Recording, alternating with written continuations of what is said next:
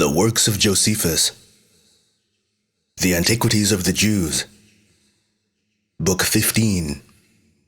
Containing the interval of 18 years, from the death of Antigonus to the finishing of the temple by Herod. Chapter 1. Concerning Pollio and Samius. Herod slays the principal of Antigonus's friends and spoils the city of its wealth. Antony beheads Antigonus. How Sausius and Herod took Jerusalem by force, and besides that, how they took Antigonus captive has been related by us in the foregoing book. We will now proceed in the narration.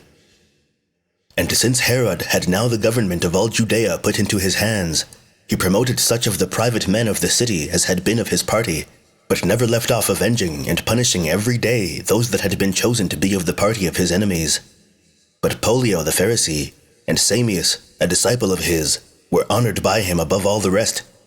For when Jerusalem was besieged, they advised the citizens to receive Herod, for which advice they were well requited.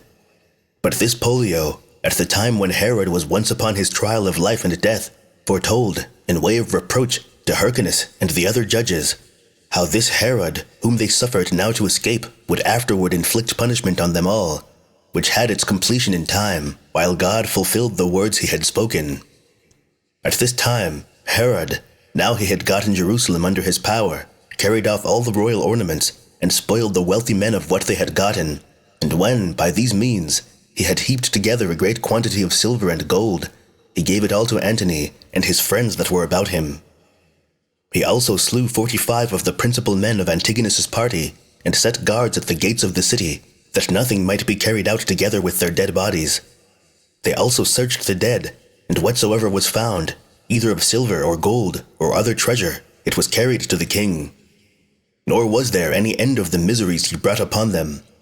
And this distress was in part occasioned by the covetousness of the prince regent, who was still in want of more, and in part by the Sabbatic year, which was still going on, and forced the country to lie still, uncultivated, since we are forbidden to sow the land in that year.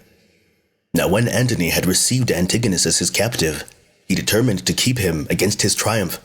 But when he heard that the nation grew seditious, and that, out of their hatred to Herod, they continued to bear good will to Antigonus, he resolved to behead him at Antioch, for otherwise the Jews could no way be brought to be quiet.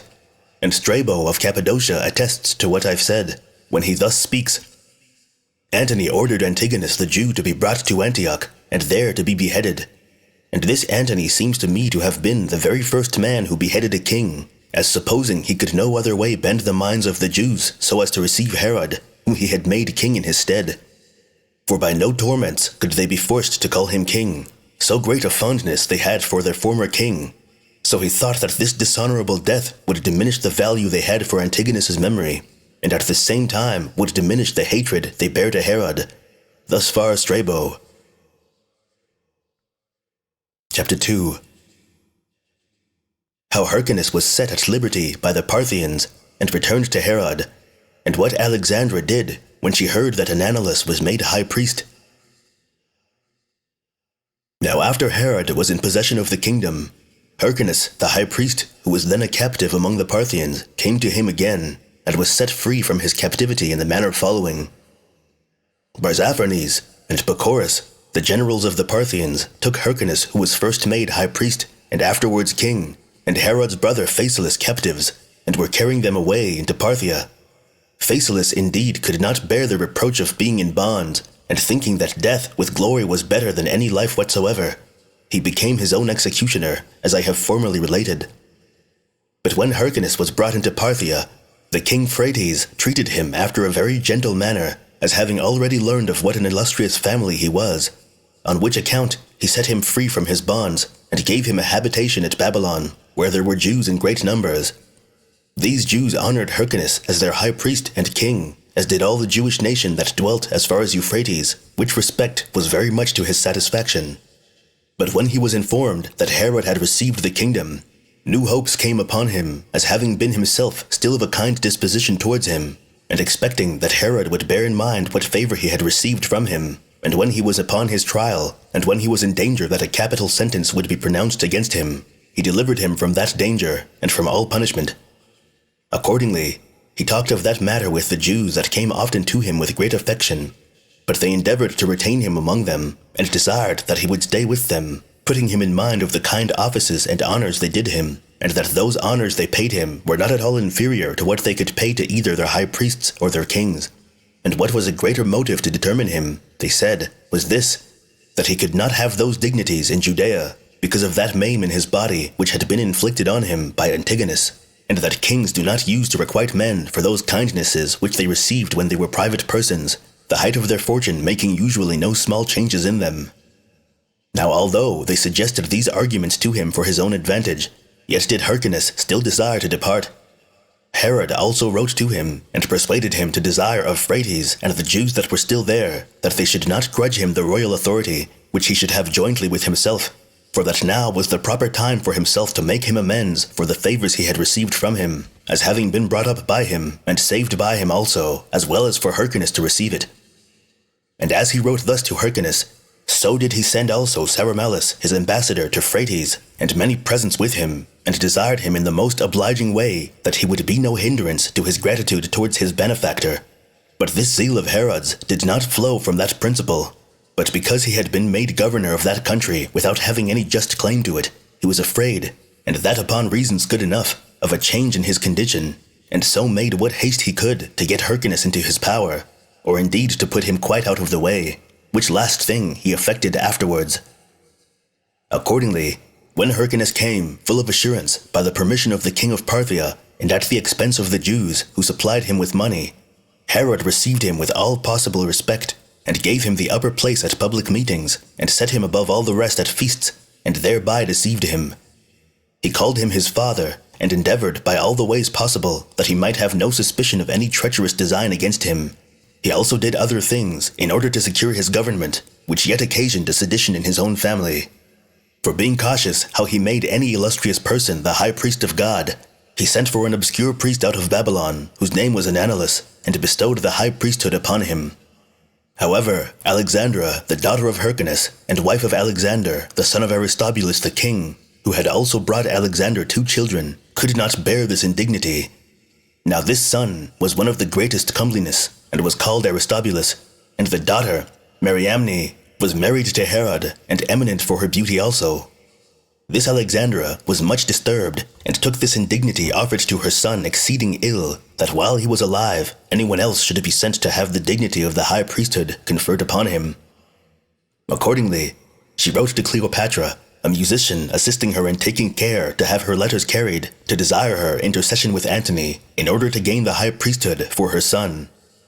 But as Antony was slow in granting this request, his friend Dellius came into Judea upon some affairs, and when he saw Aristobulus, he stood in admiration at the tallness and handsomeness of the child, and no less at Mariamne, the king's wife, and was open in his commendations of Alexandra as the mother of most beautiful children. And when she came to discourse with him, he persuaded her to get pictures drawn of them both, and to send them to Antony, for that when he saw them, he would deny her nothing that she would ask. Accordingly, Alexandra was elevated with these words of his, and sent the pictures to Antony. Dellius also talked extravagantly, and said that these children seemed not derived from men, but from some god or other. His design in doing so was to entice Antony into lewd pleasures with them, who was ashamed to send for the damsel as being the wife of Herod, and avoided it because of the reproaches he should have from Cleopatra on that account. But he sent in the most decent manner he could for the young man, but added this withal, unless he thought it hard upon him so to do. When this letter was brought to Herod, he did not think it safe for him to send one so handsome as was Aristobulus in the prime of his life, for he was 16 years of age, and of so noble a family, and particularly not to Antony, the principal man among the Romans, and one that would abuse him in his amours, and besides, one that openly indulged himself in such pleasures as his power allowed him, without control. He therefore wrote back to him that if this boy should only go out of the country, all would be in a state of war and uproar, because the Jews were in hopes of a change in the government, and to have another king over them. When Herod had thus excused himself to Antony, he resolved that he would not entirely permit the child of Alexandra to be treated dishonorably, but his wife Mariamne lay vehemently at him to restore the high priesthood to her brother, and he judged it was for his advantage so to do, because if he once had that dignity, he could not go out of the country. So he called all his friends together and told them that Alexandra privately conspired against his royal authority and endeavored, by the means of Cleopatra, so to bring it about that he might be deprived of the government, and that by Antony's means this youth might have the management of public affairs in his stead, and that this procedure of her was unjust, since she would at the same time deprive her daughter of the dignity she now had, and would bring disturbances upon the kingdom, for which he had taken a great deal of pains, and had gotten it with extraordinary hazards. That yet, while he well remembered her wicked practices, he would not leave off doing what was right himself, but would even now give the youth the high priesthood, and that he formerly set up Ananelus, because Aristobulus was then so very young a child.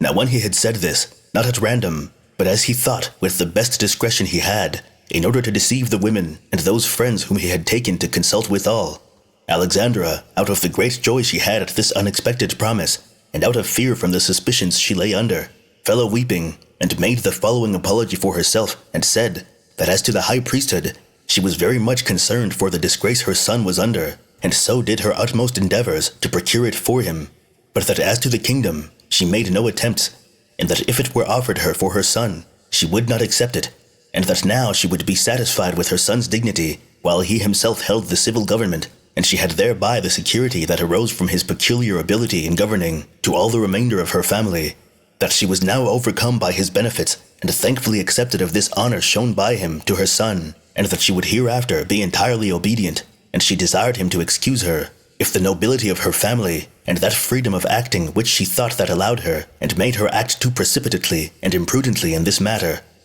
So when they had spoken thus to one another, they came to an agreement, and all suspicion, so far as appeared, were vanished away. Chapter 3. How Herod, upon his making Aristobulus high priest, took care that he should be murdered in a little time, and what apology he made to Antony about Aristobulus, as also concerning Joseph and Mariamne. So King Herod immediately took the high priesthood away from Ananelus, who, as we said before, was not of this country, but one of those Jews that had been carried captive beyond Euphrates. For there were not a few 10,000s of this people that had been carried captives and dwelt about Babylonia, whence Ananelus came. He was one of the stock of the high priests, and had been of old a particular friend of Herod. And when he was first made king, he conferred that dignity upon him, and now put him out of it again in order to quiet the troubles in his family, though what he did was plainly unlawful, for at no other time of old was anyone that had once been in that dignity deprived of it. It was Antiochus Epiphanes who first broke that law, and deprived Jesus, and made his brother Onias high priest in his stead. Aristobulus was the second that did so, and took that dignity from his brother Hyrcanus, and this Herod was the third who took that high office away from Ananelus, and gave it to this young man, Aristobulus, in his stead.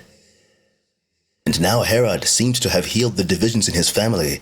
yet was he not without suspicion, as is frequently the case of people seeming to be reconciled to one another, but thought that, as Alexandra had already made attempts tending to innovations, so did he fear that she would go on therein, if she found a fit opportunity for so doing. So he gave a command that she should dwell in the palace and meddle with no public affairs. Her guards also were careful that nothing she did in private life every day was concealed. All these hardships put her out of patience by little and little, and she began to hate Herod, for as she had the pride of a woman to the utmost degree, she had great indignation at this suspicious guard that was about her, as desirous rather to undergo anything that could befall her than to be deprived of her liberty of speech, and under the notion of an honorary guard to live in a state of slavery and terror. She therefore sent to Cleopatra and made a long complaint of the circumstances she was in, and entreated her to do her utmost for her assistance. Cleopatra hereupon advised her to take her son with her and come away immediately to her in Egypt. This advice pleased her, and she had this contrivance for getting away. She got 2 coffins made, as if they were to carry away 2 dead bodies, and put herself into one, and her son into the other, and gave orders to such of her servants as knew of her intentions to carry them away in the night time. Now their road was to be thence to the seaside, and there was a ship ready to carry them into Egypt.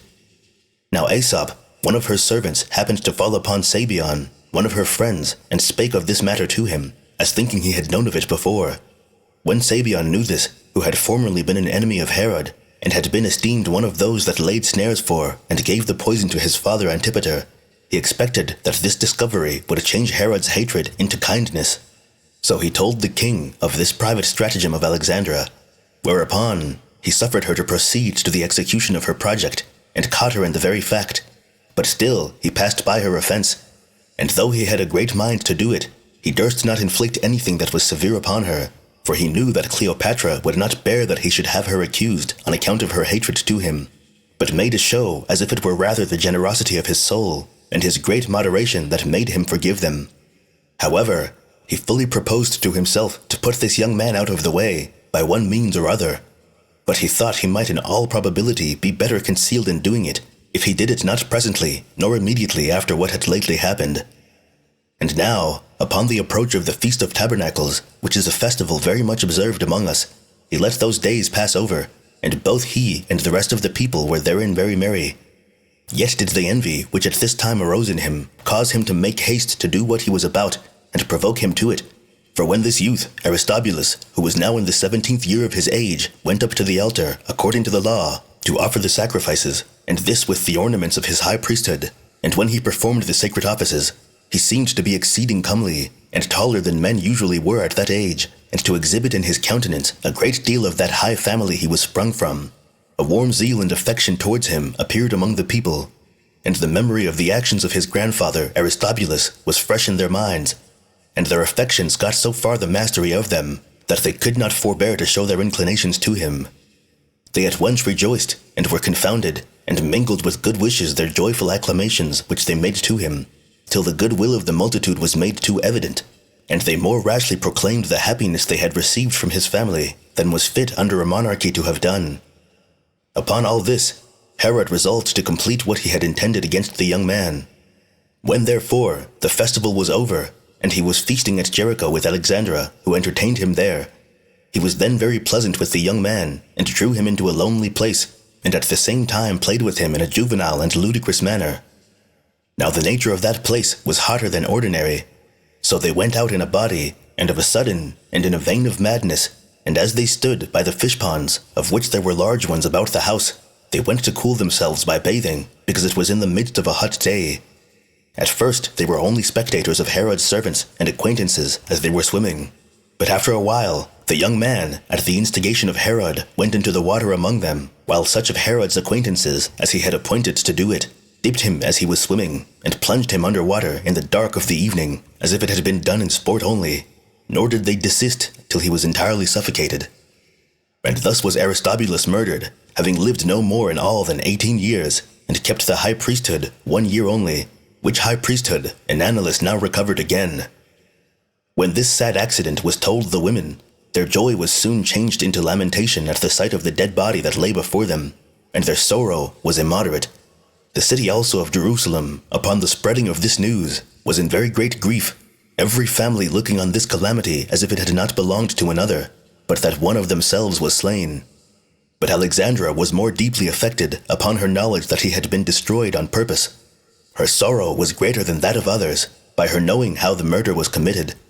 but she was under the necessity of bearing up under it, out of her prospect of a greater mischief that might otherwise follow, and she sometimes came to an inclination to destroy herself with her own hand, but still she restrained herself, in hopes she might live long enough to revenge the unjust murder thus privately committed. Nay, she further resolved to endeavor to live longer, and to give no occasion to think she suspected that her son was slain on purpose, and supposed that she might thereby be in a capacity of revenging it at a proper opportunity. Thus did she restrain herself, that she might not be noted for entertaining any such suspicion.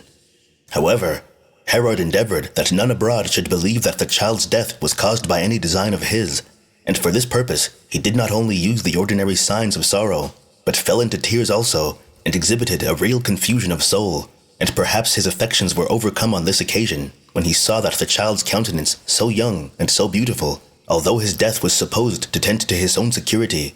so far at least this grief served as to make some apology for him, and as for his funeral, that he took care should be very magnificent, by making great preparation for a sepulchre to lay his body in, and providing a great quantity of spices, and burying many ornaments together with him, till the very women who were in such deep sorrow were astonished at it, and received in this way some consolation.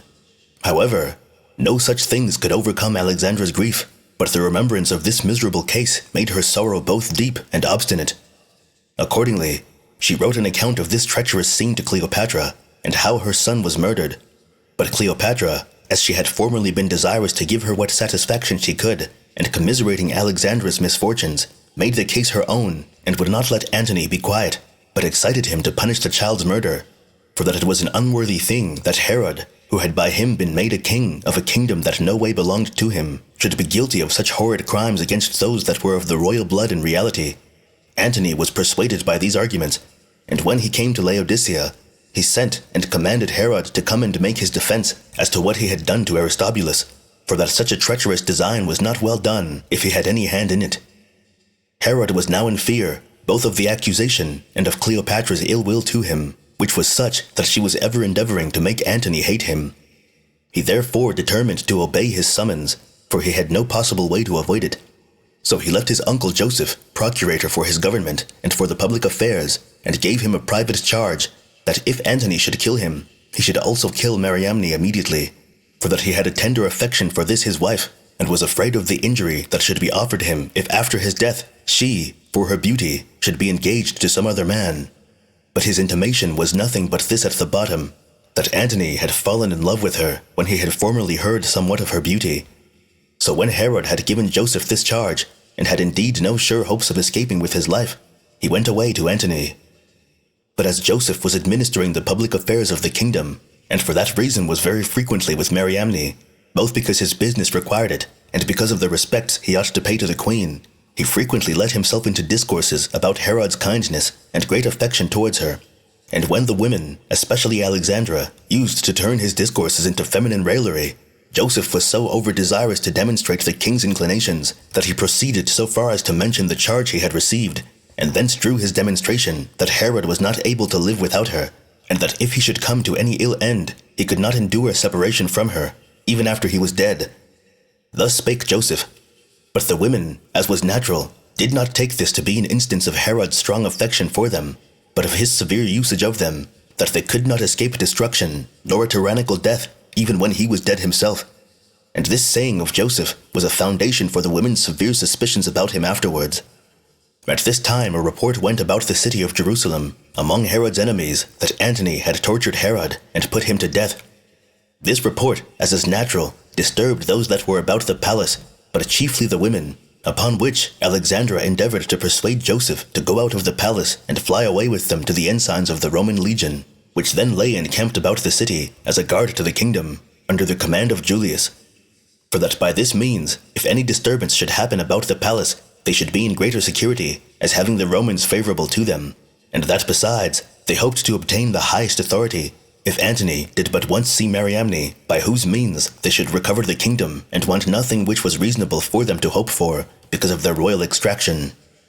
But as they were in the midst of these deliberations, letters were brought from Herod about all his affairs, and proved contrary to the report, and of what they before expected. For when he was come to Antony, he soon recovered his interest with him, by the presents he made him, which he had brought with him from Jerusalem. And he soon induced him, upon discoursing with him, to leave off his indignation at him, so that Cleopatra's persuasions had less force than the arguments and presents he brought to regain his friendship. For Antony said that it was not good to require an account from a king as to the affairs of his government, for at this rate he could be no king at all, but that those who had given him that authority ought to permit him to make use of it. He also said the same things to Cleopatra, that it would be best not for her to busily meddle with the acts of the king's government. Herod wrote an account of these things, and enlarged upon the other honors which he had received from Antony, how he sat by him at his hearing causes, and took his diet with him every day, and that he enjoyed those favors from him, notwithstanding the reproaches that Cleopatra so severely laid against him, who having a great desire of his country, and earnestly entreating Antony that the kingdom might be given to her, labored with her utmost diligence to have him out of the way, but that he still found Antony just to him, and had no longer any apprehensions of hard treatment from him, and that he was soon upon his return with a firmer additional assurance of his favor to him in his reigning and managing public affairs, and that there was no longer any hope for Cleopatra's covetous temper, since Antony had given her Celesyria instead of what she desired, by which means he had at once pacified her, and got clear of the entreaties which she made him to have Judea bestowed upon her. When these letters were brought, The women left off their attempt for flying to the Romans, which they thought of while Herod was supposed to be dead. Yet was not that purpose of theirs a secret, but when the king had conducted Antony on his way against the Parthians, he returned to Judea, when both his sister Salome and his mother informed him of Alexandra's intentions. Salome also added somewhat farther against Joseph, though it was no more than a calumny, that he had often had criminal conversation with Mariamne. The reason of her saying so was this, that she for a long time bare her ill will, for when they had differences one with another, Mariamne took great freedoms and reproached the rest for the meanness of their birth. But Herod, whose affection to Mariamne was always very warm, was presently disturbed at this, and could not bear the torments of jealousy, but was still restrained from doing any rash thing to her by the love he had for her. Yet did this vehement affection and jealousy together make him ask Mariamne by herself about this matter of Joseph. But she denied it upon her oath, and said all that an innocent woman could possibly say in her own defense, so that by little and little the king was prevailed upon to drop the suspicion, and left off his anger at her, and being overcome with his passion for his wife, he made an apology to her for having seemed to believe what he had heard about her, and returned her a great many acknowledgments of her modest behavior, and professed the extraordinary affection and kindness he had for her, till at last, as is usual between lovers, they both fell into tears, and embraced one another with a most tender affection. But as the king gave more and more assurances of his belief of her fidelity, and endeavored to draw her to a like confidence in him, Mariamne said, "Yet was not that command thou gavest, that if any harm came to thee from Antony, I, who had been no occasion of it, should perish with thee a sign of thy love to me?" When these words were fallen from her, the king was shocked at them, and presently let her go out of his arms, and cried out, and tore his hair with his own hands, and said, but now he had an evident demonstration that Joseph had had criminal conversation with his wife, for that he would never have uttered what he had told him alone by himself, unless there had been such a great familiarity and firm confidence between them. And while he was in this passion, he had liked to have killed his wife, but being overcome by his love to her, he restrained this his passion, though not without a lasting grief and disquietness of mind. However, he gave order to slay Joseph without permitting him to come into his sight, and as for Alexandra, he bound her and kept her in custody as the cause of all this mischief. Chapter 4. How Cleopatra, when she had gotten from Antony some parts of Judea and Arabia, came into Judea, and how Herod gave her many presents and conducted her on her way back to Egypt. Now at this time, the affairs of Syria were in confusion by Cleopatra's constant persuasions to Antony to make an attempt upon everybody's dominions. For she persuaded him to take those dominions away from their several princes and bestow them upon her, and she had a mighty influence upon him by reason of his being enslaved to her by his affections. She was also by nature very covetous and stuck at no wickedness. She had already poisoned her brother because she knew that he was to be king of Egypt, and this when he was but 15 years old. And she got her sister Arsinoe to be slain by the means of Antony when she was a supplicant at Diana's temple at Ephesus. For if there were but any hopes of getting money, she would violate both temples and sepulchres. Nor was there any holy place that was esteemed the most inviolable, from which she would not fetch the ornaments it had in it, nor any place so profane, but was to suffer the most flagitious treatment possible from him, if it could but contribute somewhat to the covetous humor of this wicked creature. Yet did not all this suffice so extravagant a woman, who was a slave to her lusts, but she still imagined that she wanted everything she could think of, and did her utmost to gain it. For which reason she hurried Antony on perpetually to deprive others of their dominions, and give them to her. And as she went over Syria with him, she contrived to get it into her possession. So he slew Licinius, the son of Ptolemy, accusing him of his bringing the Parthians upon those countries. She also petitioned Antony to give her Judea and Arabia, and in order thereto desired him to take these countries away from their present governors. As for Antony, he was so entirely overcome by this woman, that one would not think her conversation only could do it, but that he was some way or other bewitched to do whatsoever she would have him. Yet did the grossest parts of her injustice make him so ashamed that he would not always hearken to her to do those flagrant enormities she would have persuaded him to. That therefore he might not totally deny her, nor by doing everything which she enjoined him, appear openly to be an ill man, he took some parts of each of those countries away from their former governors, and gave them to her. Thus he gave her the cities that were within the river Eleutherus, as far as Egypt, excepting Tyre and Sidon, which he knew to have been free cities from their ancestors, although she pressed him very often to bestow those on her also. When Cleopatra had obtained thus much, and had accompanied Antony in his expedition to Armenia, as far as Euphrates, she returned back, and came to Apamea and Damascus, and passed on to Judea, where Herod met her, and farmed of her parts of Arabia, and those revenues that came to her from the region about Jericho. This country bears that balsam, which is the most precious drug that is there, and grows there alone. The place bears also palm trees, both many in number, and those excellent in their kind. When she was there, and was very often with Herod, she endeavored to have criminal conversation with the king. Nor did she affect secrecy in the indulgence of such sort of pleasures, and perhaps she had in some measure a passion of love to him, or rather, what is most probable, she laid a treacherous snare for him, by aiming to obtain such adulterous conversation from him. However, upon the whole she seemed overcome with love to him. Now Herod had a great while borne no good will to Cleopatra, as knowing that she was a woman irksome to all, and at that time he thought her particularly worthy of his hatred, if this attempt proceeded out of lust. He had also thought of preventing her intrigues by putting her to death, if such were her endeavors. However, he refused to comply with her proposals, and called a council of his friends to consult with them whether he should not kill her, now he had her in his power, for that he should thereby deliver all those from a multitude of evils to whom she was already become irksome, and was expected to be still so for the time to come, and that this very thing would be much for the advantage of Antony himself, since she would certainly not be faithful to him, in case any such season or necessity should come upon him, as that he should stand in need of her fidelity.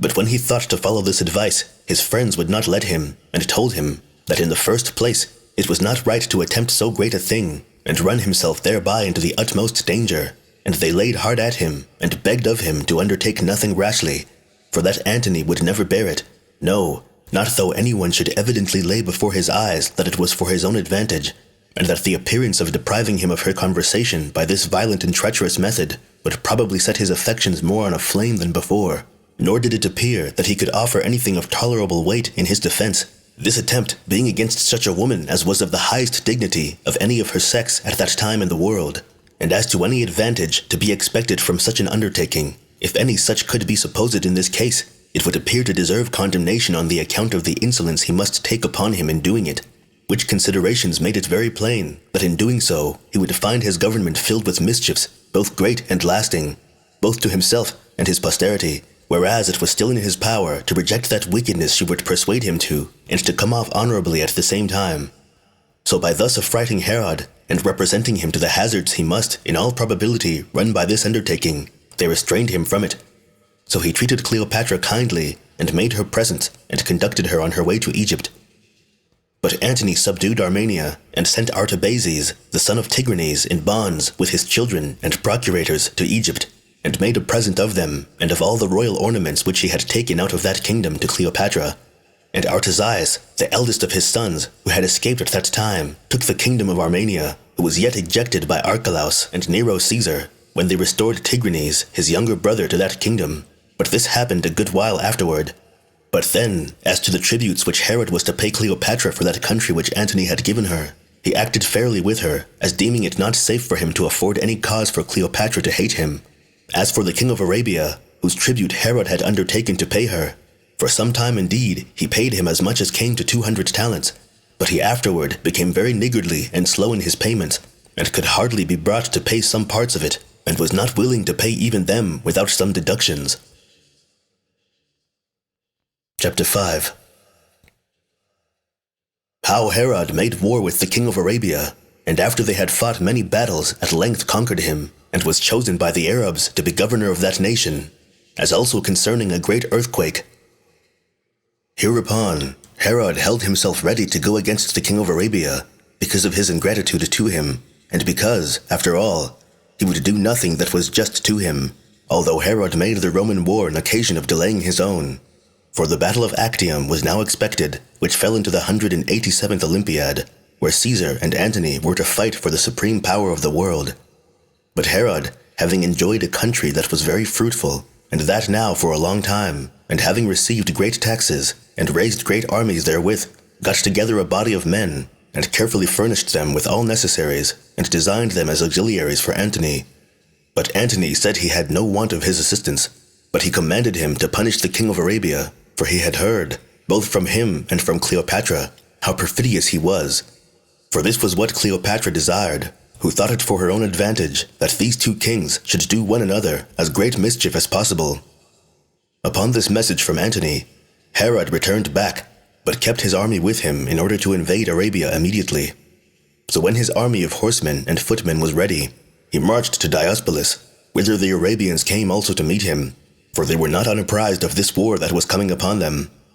And after a great battle had been fought, the Jews had the victory, but afterward there were gotten together another numerous army of the Arabians at Cana, which is a place of Celesyria. Herod was informed of this beforehand, so he marched against them with the greatest part of the forces he had, and when he was come near to Cana, he resolved to encamp himself. And he cast up a bulwark that he might take a proper season for attacking the enemy. But as he was giving those orders, the multitude of the Jews cried out that he should make no delay, but to lead them against the Arabians. They went with great spirit, as believing they were in very good order, and those especially were so that had been in the former battle, and had been conquerors, and had not permitted their enemies so much as to come to a close fight with them. And when they were so tumultuous, and showed such great alacrity, the king resolved to make use of that zeal the multitude then exhibited. And when he had assured them he would not be behindhand with them in courage, he led them on, and stood before them all in his armor, all the regiments following him in their several ranks. Whereupon a consternation fell upon the Arabians, for when they perceived that the Jews were not to be conquered, and were full of spirit, the greater part of them ran away, and avoided fighting. And they had been quite destroyed, had not Athenion fallen upon the Jews, and distressed them. For this man was Cleopatra's general over the soldiers she had there, and was at enmity with Herod, and very wistfully looked on to see what the event of the battle would be. He had also resolved that in case the Arabians did anything that was brave and successful, he would lie still, but in case they were beaten, as it really happened, he would attack the Jews with those forces he had of his own, and with those that the country had gotten together for him. So he fell upon the Jews unexpectedly, when they were fatigued, and thought they had already vanquished the enemy, and made a great slaughter of them. For as the Jews had spent their courage upon their known enemies, and were about to enjoy themselves in quietness after their victory, they were easily beaten by these that attacked them afresh, and in particular received a great loss in places where the horses could not be of any service, and which were very stony, and where those that attacked them were better acquainted with the places than themselves. And when the Jews had suffered this loss, the Arabians raised their spirits after their defeat, and returning back again, slew those that were already put to flight, and indeed all sorts of slaughter were now frequent, and of those that escaped, a few only returned into the camp. So King Herod, when he despaired of the battle, rode up to them to bring them assistance, yet did he not come time enough to do them any service, though he labored hard to do it. But the Jewish camp was taken, so that the Arabians had unexpectedly a most glorious success, having gained that victory which of themselves they were no way likely to have gained, and slaying a great part of the enemy's army. Whence afterward, Herod could only act like a private robber, and make excursions upon many parts of Arabia, and distress them by sudden incursions, while he encamped among the mountains, and avoided by any means to come to a pitched battle. Yet did he greatly harass the enemy by his assiduity, and the hard labor he took in this matter. He also took great care of his own forces, and used all the means he could to restore his affairs to their old state.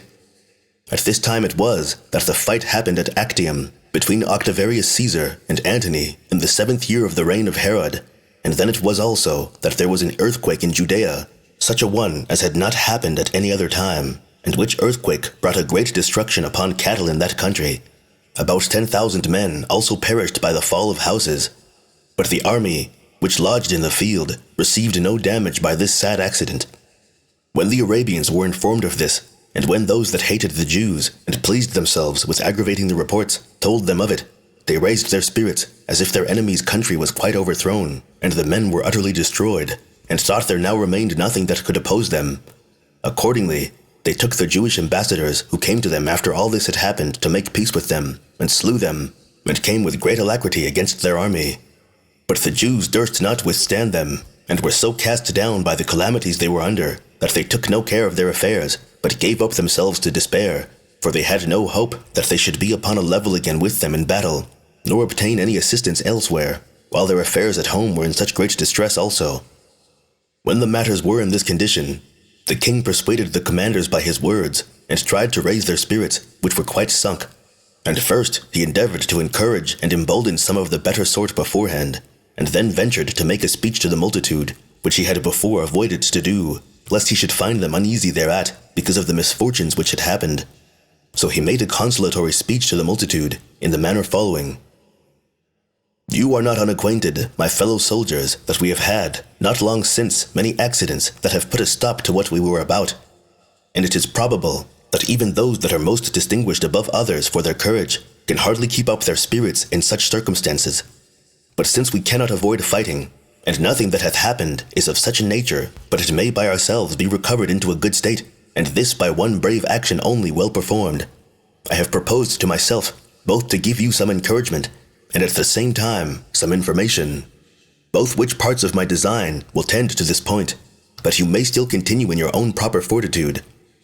I will then, in the first place, demonstrate to you that this war is a just one on our side, and that on this account it is a war of necessity, and occasioned by the injustice of our adversaries. For, if you be once satisfied of this, it will be a real cause of alacrity to you, after which I will further demonstrate that the misfortunes we are under are of no great consequence, and that we have the greatest reason to hope for victory.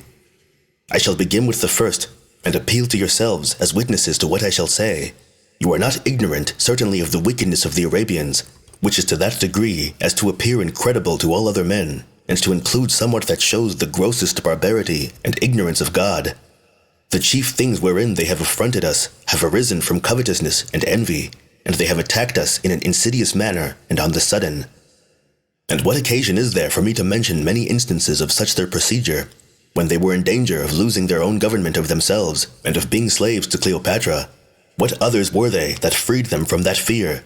For it was the friendship I had with Antony, and the kind disposition he was in towards us, that hath been the occasion that even these Arabians have not been utterly undone, Antony being unwilling to undertake anything which might be suspected by us of unkindness.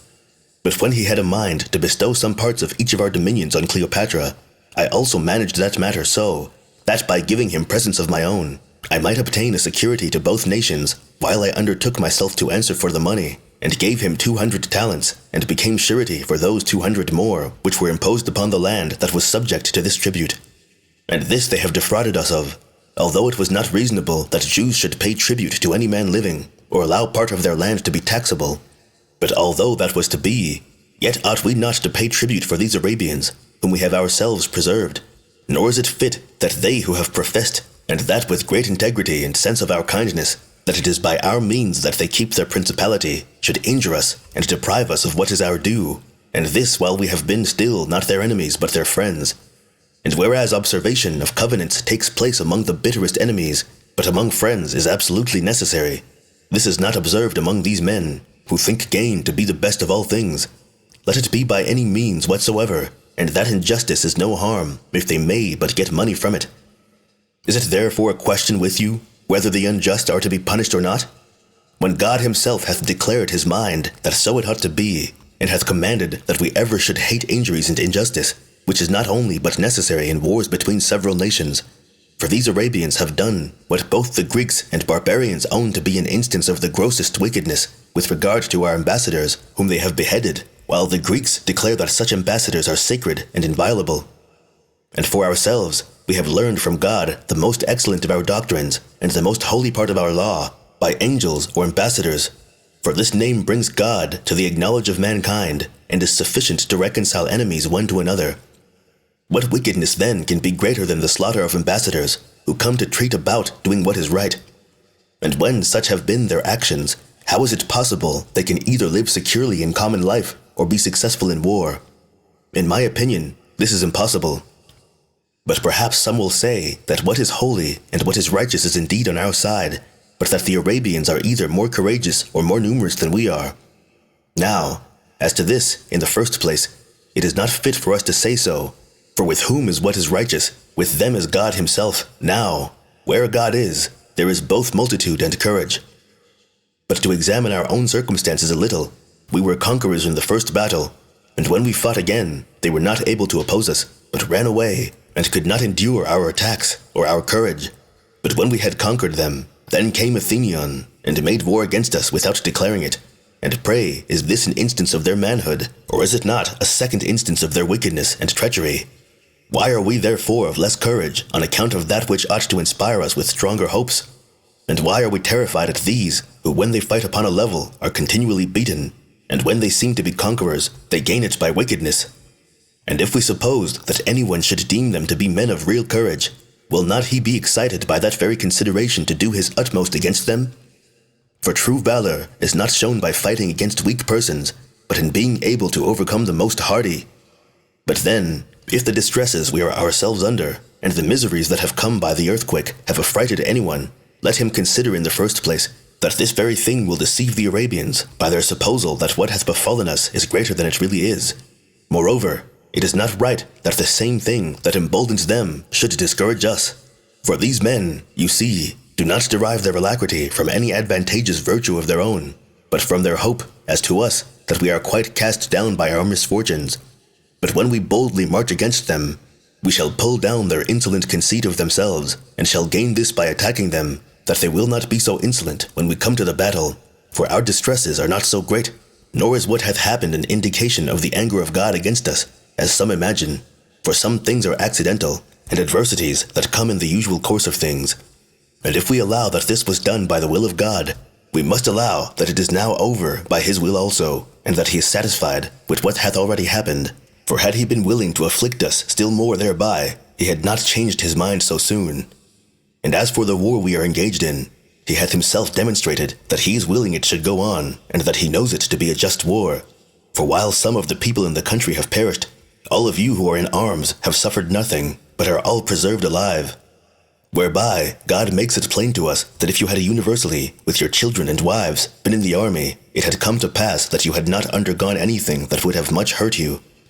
Consider these things, and what is more than all the rest, that you have God at all times for your protector, and prosecute these men with a just bravery, who, in point of friendship, are unjust, in their battles perfidious towards ambassadors, impious, and always inferior to you in valor. When the Jews heard this speech, they were much raised in their minds, and more disposed to fight than before. So Herod, when he had offered the sacrifices appointed by law, made haste and took them, and led them against the Arabians, and in order to that, passed over Jordan, and pitched his camp near to that of the enemy. He also thought fit to seize upon a certain castle that lay in the midst of them, as hoping it would be for his advantage, and would the sooner produce a battle, and that if there were occasion for delay, he should by it have his camp fortified. And as the Arabians had the same intentions upon that place, a contest arose about it. At first they were but skirmishes, after which there came more soldiers, and it proved a sort of fight, and some fell on both sides, till those of the Arabian side were beaten and retreated. This was no small encouragement to the Jews immediately.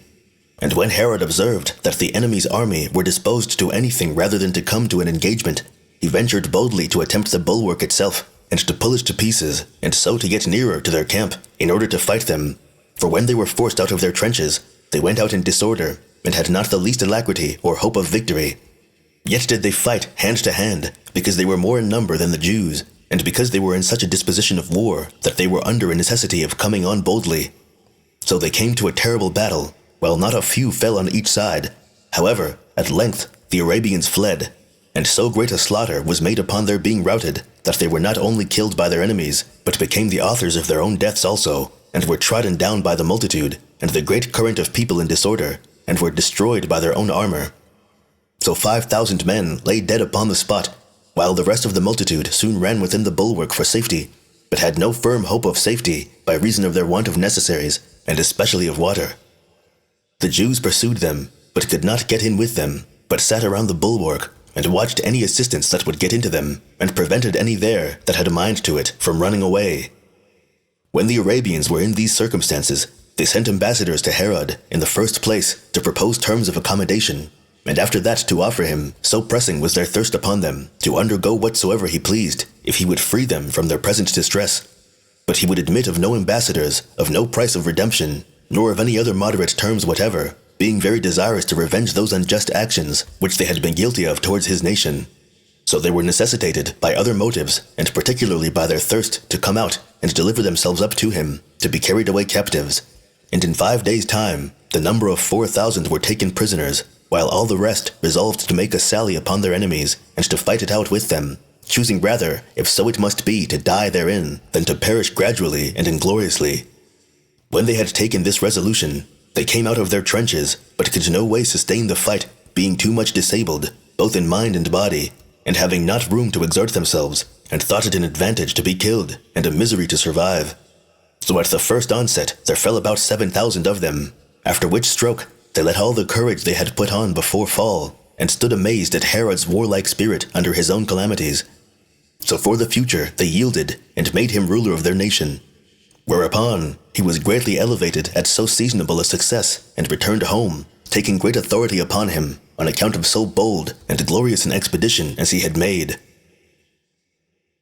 Chapter 6. How Herod slew Hyrcanus, and then hasted away to Caesar, and obtained the kingdom from him also. And how a little time afterward he entertained Caesar in a most honorable manner. Herod's other affairs were now very prosperous, and he was not to be easily assaulted on any side. Yet did there come upon him a danger that would hazard his entire dominions, after Antony had been beaten at the battle of Actium by Caesar Octavian. For at that time both Herod's enemies and friends despaired of his affairs, for it was not probable that he would remain without punishment who had shown so much friendship for Antony. So it happened that his friends despaired, and had no hopes of his escape. But for his enemies, they all outwardly appeared to be troubled at his case, but were privately very glad of it, as hoping to obtain a change for the better. As for Herod himself, he saw that there was no one of royal dignity left but Hyrcanus, and therefore he thought it would be for his advantage not to suffer him to be an obstacle in his way any longer, for that in case he himself survived and escaped the danger he was in, he thought it was the safest way to put it out of the power of such a man to make any attempt against him at such junctures of affairs as was more worthy of the kingdom than himself. And in case he would be slain by Caesar, his envy prompted him to desire to slay him that would otherwise be king after him. While Herod had these things in his mind, there was a certain occasion afforded him. For Hyrcanus was of so mild a temper, both then and at other times, that he desired not to meddle with public affairs, nor to concern himself with innovations, but left all to fortune, and contented himself with what that afforded him. But Alexandra his daughter was a lover of strife, and was exceeding desirous of a change of the government, and spoke to her father not to bear forever Herod's injurious treatment of their family, but to anticipate their future hopes as he safely might, and desired him to write about these matters to Malchus, who was then governor of Arabia, to receive them and to secure them from Herod, for that if they went away, and Herod's affairs proved to be as it was likely they would be by reason of Caesar's enmity to him, they should then be the only persons that could take the government, and this both on account of the royal family they were of, and on account of the good disposition of the multitude to them. While she used these persuasions, Hyrcanus put off her suit, but as she showed that she was a woman, and a contentious woman too, and would not desist either night or day, but would always be speaking to him about these matters, and about Herod's treacherous designs, she at last prevailed with him to entrust Josephus, one of his friends, with a letter, wherein his resolution was declared, and he desired the Arabian governor to send him some horsemen, who should receive him, and conduct him to the lake Asphaltitis, which is from the bounds of Jerusalem 300 furlongs. And he did therefore trust Josephus with his letter, because he was a careful attendant on him, and on Alexandra, and had no small occasion to bear ill will to Herod, for he was a kinsman of one Joseph, whom he had slain, and a brother of those that were formerly slain at Tyre by Antony. Yet could not these motives induce Josephus to serve Hyrcanus in this affair, for, preferring the hopes he had from the present king to those he had from him, he gave Herod the letter. So he took his kindness in good part, and bade him besides do what he had already done, that is, go again, and delivering it to Malchus, and then to bring back the letter in answer to it, for it would be much better if he could know Malchus's intentions also. And when Josephus was very ready to serve him in this point also, the Arabian governor returned back for answer, that he would receive Hyrcanus and all that should come with him, and even all the Jews that were of his party, that he would, moreover, send forces sufficient to secure them in their journey, and that he should be in no want of anything he should desire. Now as soon as Herod had received this letter, he immediately sent for Hyrcanus, and questioned him about the league he had made with Malchus, and when he denied it, he showed his letter to the Sanhedrin, and put the man to death immediately. And this account we give the reader as it is contained in the commentaries of King Herod. But other historians do not agree with them, for they suppose that Herod did not find, but rather make this an occasion for thus putting him to death, and that by treacherously laying a snare for him. For thus do they write, that Herod and he were once at a treat, and that Herod had given no occasion to suspect that he was displeased at him, but put this question to Hyrcanus, whether he had received any letters from Malchus. And when he answered that he had received letters, but those of salutation only, and when he asked further whether he had not received any presents from him, and when he had replied that he had received no more than 4 horses to ride on, which Malchus had sent him, they pretended that Herod charged these upon him as the crimes of bribery and treason, and gave order that he should be led away and slain. And in order to demonstrate that he had been guilty of no offense, when he was thus brought to his end, they allege how mild his temper had been, and that even in his youth he had never given any demonstration of boldness or rashness, and that the case was the same when he came to be king, but that he even then committed the management of the greatest part of public affairs to Antipater, and that he was now above 80 years old, and knew that Herod's government was in a secure state. He also came over Euphrates, and left those who greatly honored him beyond that river, though he were to be entirely under Herod's government, and that it was a most incredible thing that he should enterprise anything by way of innovation, and not at all agreeable to his temper, but that this was a plot of Herod's own contrivance. And this was the fate of Hyrcanus, and thus did he end his life, after he had endured various and manifold turns of fortune in his lifetime. For he was made high priest of the Jewish nation in the beginning of his mother Alexandra's reign, who held the government 9 years. And when after his mother's death he took the kingdom himself, and held it 3 months, he lost it by the means of his brother Aristobulus. He was then restored by Pompey, and received all sorts of honors from him, and enjoyed them 40 years. But when he was again deprived by Antigonus, and was maimed in his body, he was made a captive by the Parthians, and thence returned home again after some time, on account of the hopes that Herod had given him, none of which came to pass according to his expectation. But he still conflicted with many misfortunes through the whole course of his life, and what was the heaviest calamity of all, as we have related already, he came to an end which was undeserved by him. His character appeared to be that of a man of a mild and moderate disposition, who suffered the administration of affairs to be generally done by others under him. He was averse to much meddling with the public, nor had shrewdness enough to govern a kingdom, and both Antipater and Herod came to their greatness by reason of his mildness, and at last he met with such an end from them as was not agreeable either to justice or piety. Now Herod, as soon as he had put Hyrcanus out of the way, made haste to Caesar, and because he could not have any hopes of kindness from him, on account of the friendship he had for Antony, he had a suspicion of Alexandra, lest she should take this opportunity to bring the multitude to a revolt, and introduce a sedition into the affairs of the kingdom. So she committed the care of everything to his brother Pheroras, and placed his mother Cypris, and his sister Salome, and the whole family at Masada, and gave him a charge, that if he should hear any sad news about him, he should take care of the government. But as to Mariamne, his wife, because of the misunderstanding between him and his sister's mother, which made it impossible for them to live together, he placed her at Alexandrium, with Alexandra her mother, and left his treasurer Joseph and Soemus at Iturea to take care of that fortress. These two had been very faithful to him from the beginning, and were now left as a guard to the women. They also had it in charge that if they should hear any mischief had befallen him, they should kill them both, and as far as they were able to preserve the kingdom for his sons and for his brother Pheroras.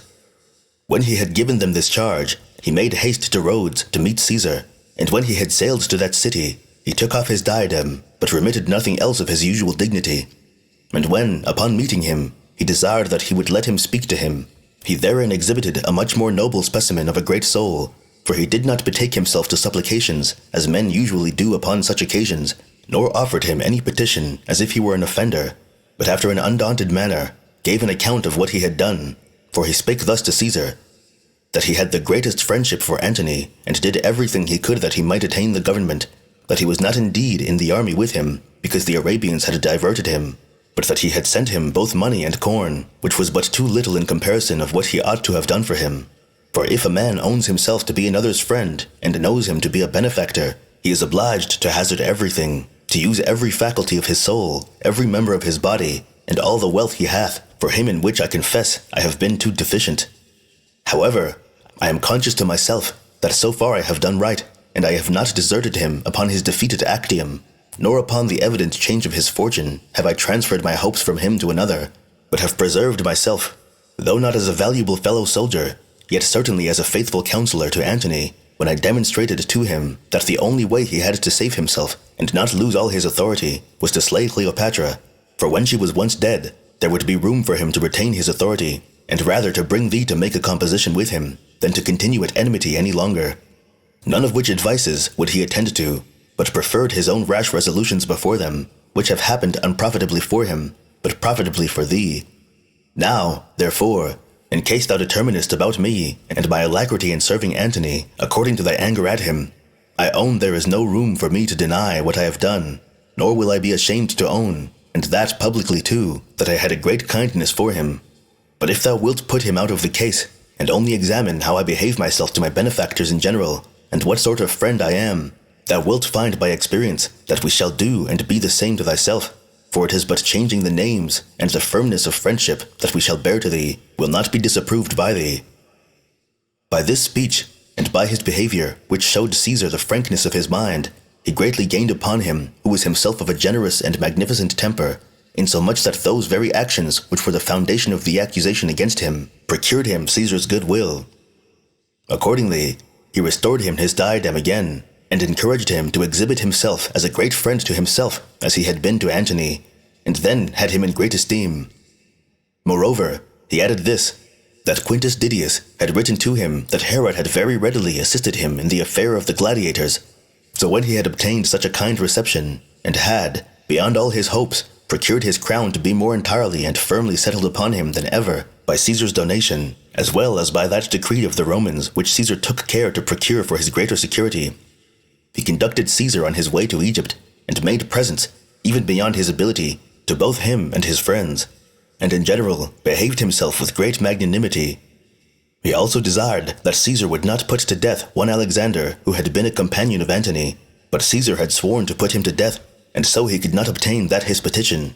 And now he returned to Judea again with greater honor and assurance than ever, and affrighted those that had expectations to the contrary, as still acquiring from his very dangers greater splendor than before by the favor of God to him.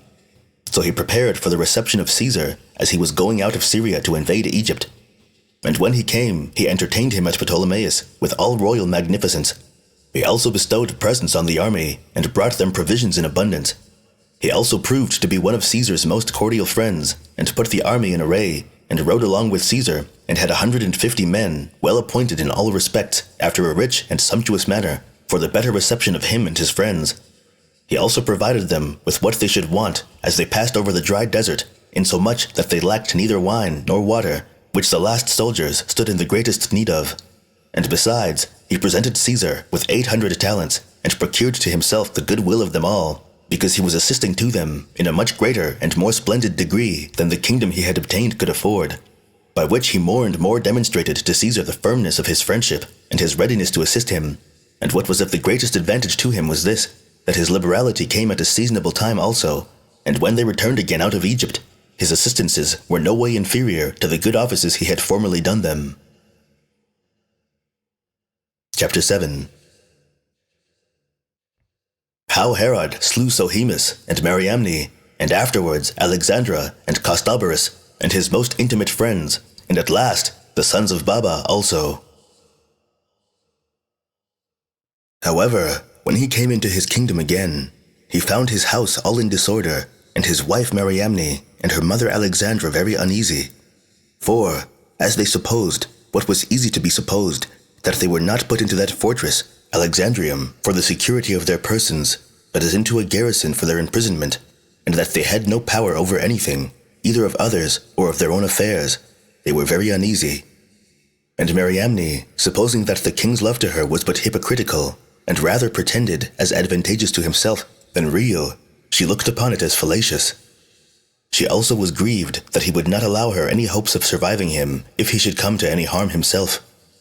She also recollected what commands he had formerly given to Joseph, insomuch that she endeavored to please her keepers, and especially Sohemus, as well apprised how all was in his power. And at the first, Sohemus was faithful to Herod, and neglected none of the things he had given him in charge. But when the women, by kind words and liberal presents, had gained his affections over to them, he was by degrees overcome, and at length discovered to them all the king's injunctions, and this on that account principally, that he did not so much as hope he would come back with the same authority he had before, so that he thought he should both escape any danger from him, and supposed that he did hereby much gratify the women, who were likely not to be overlooked in the settling of the government. Nay, that they would be able to make him abundant recompense, since they must either reign themselves, or be very near to him that should reign. He had a farther ground of hope also, that though Herod should have all the success he could wish for, and should return again, he knew that the king's fondness for his wife was inexpressible. These were the motives that drew Sohemus to discover what injunctions had been given him. So Mariamne was greatly displeased to hear that there was no end of the dangers she was under from Herod, and was greatly uneasy at it, and wished that he might obtain no favors from Caesar, and esteemed it almost an insupportable task to live with him any longer. And this she afterwards openly declared, without concealing her resentment. And now Herod sailed home with joy at the unexpected good success he had had, and went first of all, as was proper, to this his wife, and told her, and her only, the good news, as preferring her before the rest on account of his fondness for her, and the intimacy there had been between them, and saluted her. But so it happened that as he told her of the good success he had had, she was so far from rejoicing at it that she rather was sorry for it, nor was she able to conceal her resentments, but, depending on her dignity and the nobility of her birth, in return for his salutations, she gave a groan, and declared evidently that she rather grieved than rejoiced at his success, and this till Herod was disturbed at her, as affording him not only marks of her suspicion, but evident signs of her dissatisfaction. This much troubled him to see that this surprising hatred of his wife to him was not concealed, but open, and he took this so ill, and yet was so unable to bear it, on account of the fondness he had for her, that he could not continue long in any one mind, but sometimes was angry at her, and sometimes reconciled himself to her. But by always changing one passion for another, he was still in great uncertainty, and thus was entangled between hatred and love, and was frequently disposed to inflict punishment on her for her insolence towards him. But being deeply in love with her in his soul, he was not able to get quit of this woman. In short, as he would gladly have her punished, so was he afraid, lest ere he were aware, he should by putting her to death bring a heavier punishment upon himself at the same time. When Herod's sister and mother perceived that he was in this temper with regard to Mariamne, they thought they had now got an excellent opportunity to exercise their hatred against her, and provoked Herod to wrath by telling him such long stories and calumnies about her, as might at once excite his hatred and jealousy. Now though he willingly enough heard their words, yet had not he courage enough to do anything to her, as if he believed them, but still he became worse and worse disposed to her, and these ill passions were more and more inflamed on both sides, while she did not hide her disposition towards him, and he turned his love to her into wrath against her. But when he was just going to put this matter past all remedy, he heard the news that Caesar was the victor in the war, and that Antony and Cleopatra were both dead, and that he had conquered Egypt, whereupon he made haste to go meet Caesar, and left the affairs of his family in their present state. However, Mariamne recommended Sohemus to him, as he was setting out on his journey, and professed that she owed him thanks for the care he had taken of her, and asked of the king for him a place in the government, upon which an honorable employment was bestowed upon him accordingly. Now when Herod was come into Egypt, he was introduced to Caesar with great freedom as already a friend of his, and received very great favors from him, for he made him a present of those 400 Galatians who had been Cleopatra's guards, and restored that country to him again, which, by her means had been taken away from him. He also added to this kingdom Gadara, Hippos, and Samaria, and besides those, the maritime cities, Gaza, Anthedon, Joppa, and Strato's Tower. Upon these new acquisitions, he grew more magnificent, and conducted Caesar as far as Antioch. But upon his return, as much as his prosperity was augmented by the foreign additions that had been made him, so much greater were the distresses that came upon him in his own family, and chiefly in the affair of his wife, wherein he formerly appeared to have been most of all fortunate. For the affection he had for Mariamne was in no way inferior to the affections of such as are on that account celebrated in history, and this very justly. As for her, she was in other respects a chaste woman, and faithful to him. Yet had she somewhat of a woman rough by nature, and treated her husband imperiously enough, because she saw he was so fond of her as to be enslaved to her. She did not also consider seasonably with herself that she lived under a monarchy and that she was at another's disposal, and accordingly would behave herself after a saucy manner to him, which yet he usually put off in a jesting way, and bore with moderation and good temper.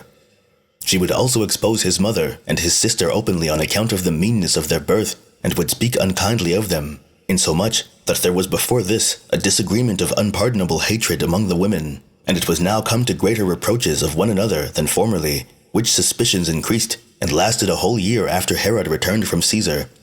However, these misfortunes, which had been kept under some decency for a great while, burst out all at once, upon such an occasion as was now offered. For as the king was one day about noon lain down on his bed to rest him, he called for Mariamne, out of the great affection he had always had for her. She came in accordingly, but would not lie down by him, and when he was very desirous of her company, she showed her contempt of him, and added by way of reproach that he had caused her father and her brother to be slain. And when he took this injury very unkindly, and was ready to use violence to her in a precipitate manner, the king's sister, Salome, observing that he was more than ordinarily disturbed, sent unto the king his cupbearer, who had been prepared long beforehand for such a design, and bade him tell the king how Mariamne had persuaded him to give his assistance in preparing a love potion for him, and if he appeared to be greatly concerned, and to ask what the love potion was, to tell him that she had the potion, and that he was desired only to give it him, but in case he did not appear to be much concerned at this potion, to let the thing drop, and that if he did so, no harm should thereby come to him. When she had given him these instructions, she sent him in at this time to make such a speech. So he went in after a composed manner to gain credit to what he should say, and yet somewhat hastily, and said that Mariamne had given him presents and persuaded him to give him a love potion. And when this moved the king, he said that this love potion was a composition that she had given him, whose effects he did not know, which was the reason of his resolving to give him this information, as the safest course he could take, both for himself and for the king.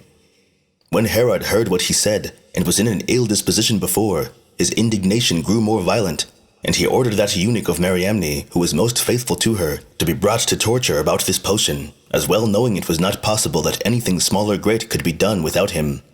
And when the man was under the utmost agonies, he could say nothing concerning the thing he was tortured about, but so far he knew that Mariamne's hatred against him was occasioned by somewhat that Sohemus had said to her. Now, as he was saying this, Herod cried out aloud, and said that Sohemus, who had been at all other times the most faithful to him and to his government, would not have betrayed what injunctions he had given him unless he had had a nearer conversation than ordinary with Mariamne. So he gave order that Sohemus should be seized on and slain immediately, but he allowed his wife to take her trial, and got together those that were most faithful to him, and laid an elaborate accusation against her for this love potion and composition, which had been charged upon her by way of calumny only.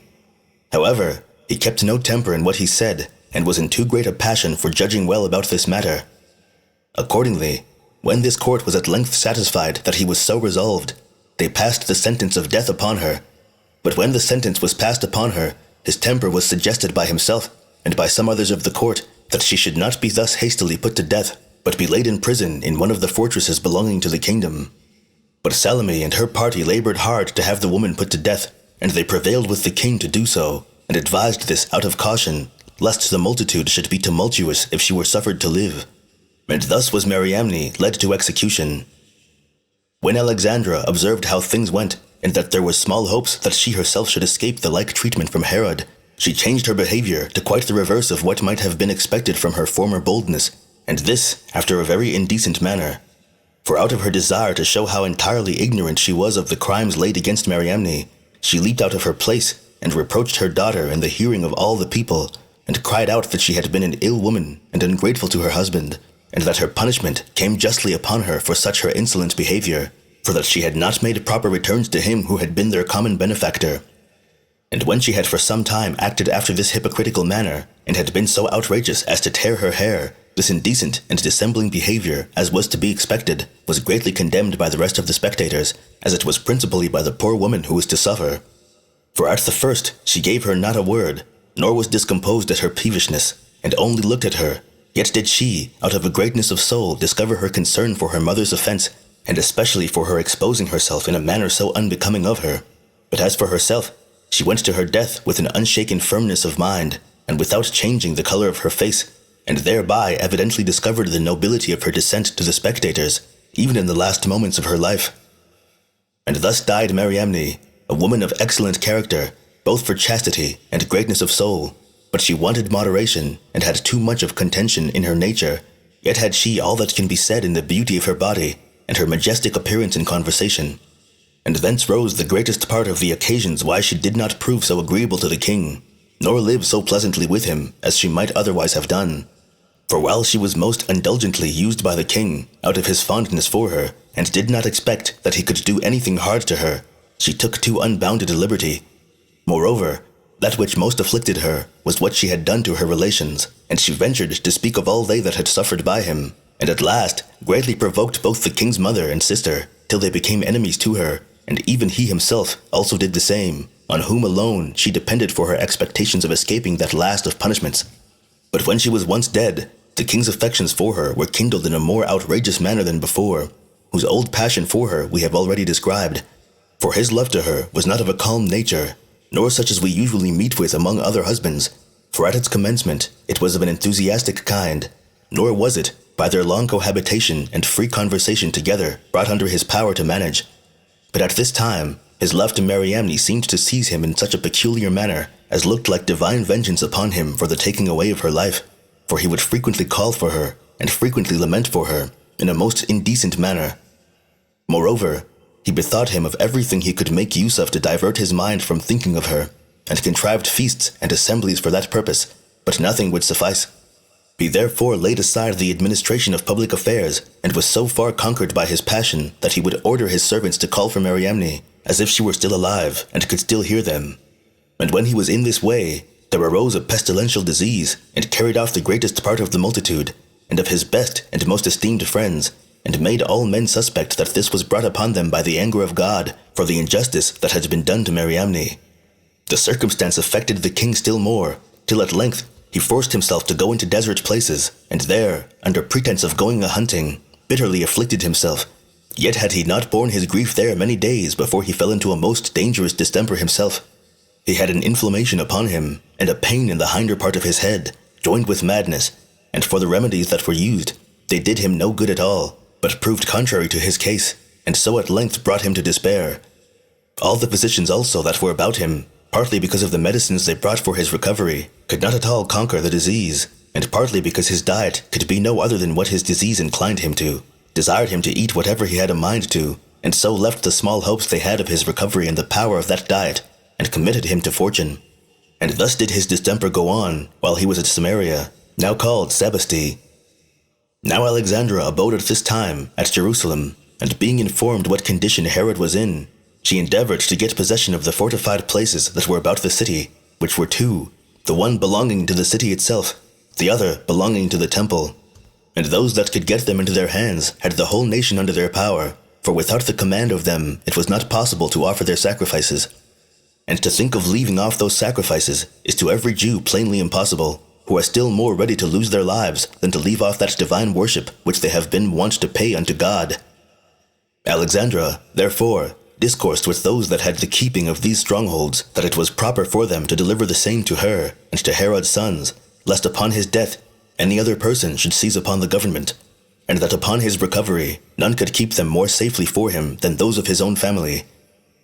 These words were not by them at all taken in good part, and, as they had been in former times faithful to Herod, they resolved to continue so more than ever, both because they hated Alexandra, and because they thought it a sort of impiety to despair of Herod's recovery while he was yet alive, for they had been his old friends, and one of them, whose name was Archiabus, was his cousin german. They sent messengers, therefore, to acquaint him with Alexandra's design, so he made no longer delay, but gave orders to have her slain. Yet was it with difficulty, and after he had endured great pain, that he got clear of his distemper.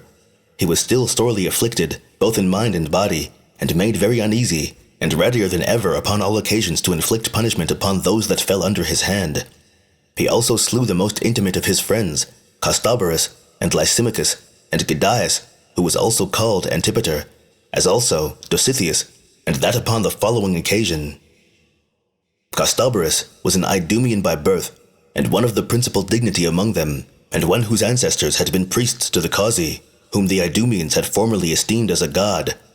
But after Hyrcanus had made a change in their political government, and made them receive the Jewish customs and law, Herod made Costobarus governor of Idumea and Gaza, and gave him his sister Salome to wife. And this was upon his slaughter of his uncle Joseph, who had that government before, as we have related already. When Costobarus had gotten to be so highly advanced, it pleased him, and was more than he hoped for, and he was more and more puffed up by his good success, and in a little while he exceeded all bounds, and did not think fit to obey what Herod, as their ruler, commanded him, or that the Idumeans should make use of the Jewish customs, or be subject to them. He therefore sent to Cleopatra, and informed her that the Idumeans had been always under his progenitors, and that for the same reason it was but just that she should desire that country for him of Antony, for that he was ready to transfer his friendship to her. And this he did, not because he was better pleased to be under Cleopatra's government, but because he thought that, upon the diminution of Herod's power, it would not be difficult for him to obtain himself the entire government over the Idumeans, and somewhat more also, for he raised his hopes still higher, as having no small pretenses, both by his birth and by these riches which he had gotten by his constant attention to filthy lucre, and accordingly it was not a small matter that he aimed at. So Cleopatra desired this country of Antony, but failed of her purpose. An account of this was brought to Herod, who was thereupon ready to kill Costobarus, yet, upon the entreaties of his sister and mother, he forgave him, and vouchsafed to pardon him entirely, though he still had a suspicion of him afterward for this his attempt. But some time afterward, when Salome happened to quarrel with Costobarus, she sent him a bill of divorce, and dissolved her marriage with him, though this was not according to the Jewish laws, for with us it is lawful for a husband to do so, but a wife, if she departs from her husband, cannot of herself be married to another, unless her former husband put her away. However, Salome chose not to follow the law of her country, but the law of her authority, and so renounced her wedlock, and told her brother Herod that she left her husband out of her good will to him, because she perceived that he, with Antipater, and Lysimachus, and Dositheus, were raising a sedition against him. As an evidence whereof, she alleged the case of Babas, that they had been by him preserved alive already for the interval of 12 years, which proved to be true. But when Herod thus unexpectedly heard of it, he was greatly surprised at it, and was the more surprised because the relation appeared incredible to him. As for the fact relating to these sons of Babas, Herod had former great pains to bring them to punishment, as being enemies to his government. But they were now forgotten by him, on account of the length of time since he had ordered them to be slain. Now the cause of his ill will and hatred to them arose hence, that while Antigonus was king, Herod, with his army, besieged the city of Jerusalem, where the distress and miseries which the besieged endured were so pressing, that the greater number of them invited Herod into the city, and already placed their hopes on him. Now the sons of Babas were of great dignity, and had power among the multitude, and were faithful to Antigonus, and were always raising calumnies against Herod, and encouraged the people to preserve the government to that royal family which held it by inheritance. So these men acted thus politically, and as they thought, for their own advantage. But when the city was taken, and Herod had gotten the government into his own hands, and Costobarus was appointed to hinder men from passing out at the gates, and to guard the city, that those citizens that were guilty, and of the party opposite to the king, might not get out of it, Costobarus, being sensible that the sons of Babas were had in respect and honor by the whole multitude, and supposing that their preservation might be of great advantage to him in the changes of government afterward, he set them by themselves, and concealed them in his own farms, and when the thing was suspected, he assured Herod upon oath that he really knew nothing of that matter, and so overcame the suspicions that lay upon him. After that, when the king had publicly proposed a reward for the discovery, and had put in practice all sorts of methods for searching out this matter, he would not confess it, but being persuaded that when he had at first denied it, if the men were found, he should not escape unpunished, he was forced to keep them secret, not only out of his goodwill to them, but out of a necessary regard to his own preservation also. But when the king knew the thing, by his sister's information, he sent men to the places where he had the intimation they were concealed, and ordered both them, and those that were accused as guilty with them, to be slain, insomuch that there were now none at all left to the kindred of Hyrcanus, and the kingdom was entirely in Herod's own power, and there was nobody remaining of such dignity as could put a stop to what he did against the Jewish laws. Chapter 8. How 10 men of the citizens of Jerusalem made a conspiracy against Herod for the foreign practices he had introduced, which was a transgression of the laws of their country. concerning the building of Sebaste and Caesarea, and other edifices of Herod. On this account it was that Herod revolted from the laws of his country, and corrupted their ancient constitution by the introduction of foreign practices, which constitution yet ought to have been preserved inviolable, by which means we became guilty of great wickedness afterward, while those religious observances which used to lead the multitude to piety were now neglected. For, in the first place, he appointed solemn games to be celebrated every 5th year in honor of Caesar, and built a theater at Jerusalem, as also a very great amphitheater in the plain. Both of them were indeed costly works, but opposite to the Jewish customs, for we have had no such shows delivered down to us as fit to be used or exhibited by us. Yet did he celebrate these games every 5 years in the most solemn and splendid manner. He also made proclamation to the neighboring countries, and called men together out of every nation. The wrestlers, and the rest of those that strove for the prizes in such games, were invited out of every land, both by the hopes of the rewards there to be bestowed, and by the glory of victory to be there gained. So the principal persons that were the most eminent in these sorts of exercises were gotten together, for there were very great rewards for victory proposed, not only to those that performed their exercises naked, but to those that played the musicians also, and were called thymelaci. And he spared no pains to induce all persons, the most famous for such exercises, to come to this contest for victory. He also proposed no small rewards to those who ran for the prizes in chariot races, when they were drawn by 2 or 3 or 4 pair of horses. He also imitated everything, though ever so costly or magnificent in other nations, out of an ambition that he might give most public demonstration of his grandeur. Inscriptions also of the great actions of Caesar, and trophies of those nations which he had conquered in his wars, and all made of the purest gold and silver, encompassed the theater itself. Nor was there anything that could be subservient to his design, whether it were precious garments, or precious stones set in order, which was not also exposed to sight in these games. He had also made a great preparation of wild beasts, and of lions themselves in great abundance, and of other such beasts as were either of uncommon strength, or of such a sort as were rarely seen. These were prepared either to fight with one another, or that men that were condemned to death were to fight with them. And truly foreigners were greatly surprised and delighted at the vastness of the expenses here exhibited, and at the great dangers that were here seen. But to natural Jews, this was no better than a dissolution of these customs for which they had so great a veneration. It appeared also no better than an instance of bare-faced impiety, to throw men to wild beasts, for the affording delight to the spectators, and it appeared an instance of no less impiety, to change their own laws for such foreign exercises. But above all the rest, the trophies gave most distaste to the Jews, for as they imagined them to be images, included within the armor that hung round about them, they were sorely displeased at them, because it was not the custom of their country to pay honors to such images.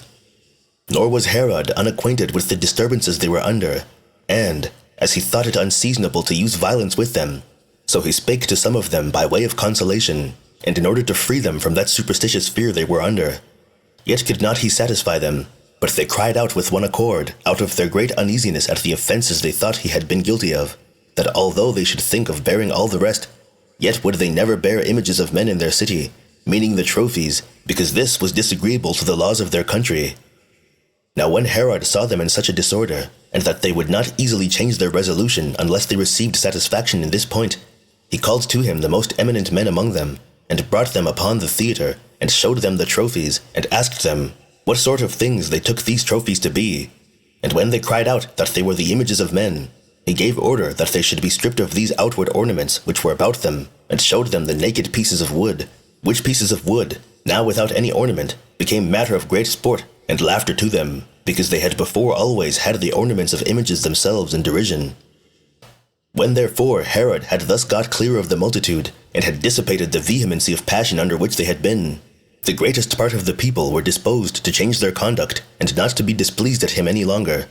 But still some of them continued in their displeasure against him, for his introduction of new customs, and esteemed the violation of the laws of their country as likely to be the origin of very great mischiefs to them, so that they deemed it an instance of piety, rather to hazard themselves to be put to death, than to seem as if they took no notice of Herod, who, upon the change he had made in their government, introduced such customs, and that in a violent manner, which they had never been used to before, as indeed in pretense a king, but in reality one that showed himself an enemy to their whole nation. On which account 10 men that were citizens of Jerusalem conspired together against him, and swore to one another to undergo any dangers in the attempt, and took daggers with them under their garments for the purpose of killing Herod. Now there was a certain blind man among those conspirators, who had thus sworn to one another on account of the indignation he had against what he heard to have been done. He was not indeed able to afford the rest any assistance in the undertaking, but was ready to undergo any suffering with them, if so be they should come to any harm, insomuch that he became a very great encourager of the rest of the undertakers. When they had taken this resolution, and that by common consent, they went into the theatre, hoping that, in the first place, Herod himself could not escape them, as they would fall upon him so unexpectedly. And supposing, however, that if they missed him, they should kill a great many of those that were about him, and this resolution they took, though they should die for it, in order to suggest to the king what injuries he had done to the multitude. These conspirators, therefore, standing thus prepared beforehand, went about their design with great alacrity. But there was one of those spies of Herod that were appointed for such purposes, to fish out and inform him of any conspiracies that should be made against him, who found out the whole affair and told the king of it, as he was about to go into the theatre. So when he reflected on the hatred which he knew the greatest part of the people bore him, and on the disturbances that arose upon every occasion, he thought this plot against him not to be improbable. Accordingly, he retired into his palace, and called those that were accused of this conspiracy before him by their several names, and as upon the guards falling upon them, they were caught in the very fact, and knew they could not escape, they prepared themselves for their ends, with all the decency they could, and so as not at all to recede from their resolute behavior, for they showed no shame for what they were about, nor denied it, but when they were seized, they showed their daggers, and professed that the conspiracy they had sworn to was a holy and a pious action, that what they intended to do was not for gain, or out of any indulgence to their passions, but principally for those common customs of their country, which all the Jews were obliged to observe, or die for them. This was what these men said, out of their undaunted courage in this conspiracy, till they were led away to execution by the king's guards that stood about them, and patiently underwent all the torments inflicted on them till they died. Nor was it long before that spy who had discovered them was seized on by some of the people out of the hatred they bore to him, and was not only slain by them, but pulled to pieces, limb from limb, and given to the dogs. This execution was seen by many of the citizens, yet would not one of them discover the doers of it, till upon Herod's making a strict scrutiny after them, by bitter and severe tortures, certain women that were tortured confessed what they had seen done, the authors of which fact were so terribly punished by the king that their entire families were destroyed for this their rash attempt. Yet did not the obstinacy of the people, and the undaunted constancy they showed in the defense of their laws, make Herod any easier to them, but he still strengthened himself after a more secure manner, and resolved to encompass the multitude every way, lest such innovations should end in an open rebellion. Since, therefore, he had now the city fortified by the palace in which he lived, and by the temple which had a strong fortress by it, called Antonia, and was rebuilt by himself, he contrived to make Samaria a fortress for himself, also against all the people, and called it Sebaste, supposing that this place would be a stronghold against the country, not inferior to the former. So he fortified that place, which was a day's journey distant from Jerusalem, and which would be useful to him in common, to keep both the country and the city in awe. He also built another fortress for the whole nation. It was of old called Strato's Tower, but it was by him named Caesarea. Moreover, he chose out some select horsemen, and placed them in the great plain, and built for them a place in Galilee called Gaba, with Hesebonitis in Perea.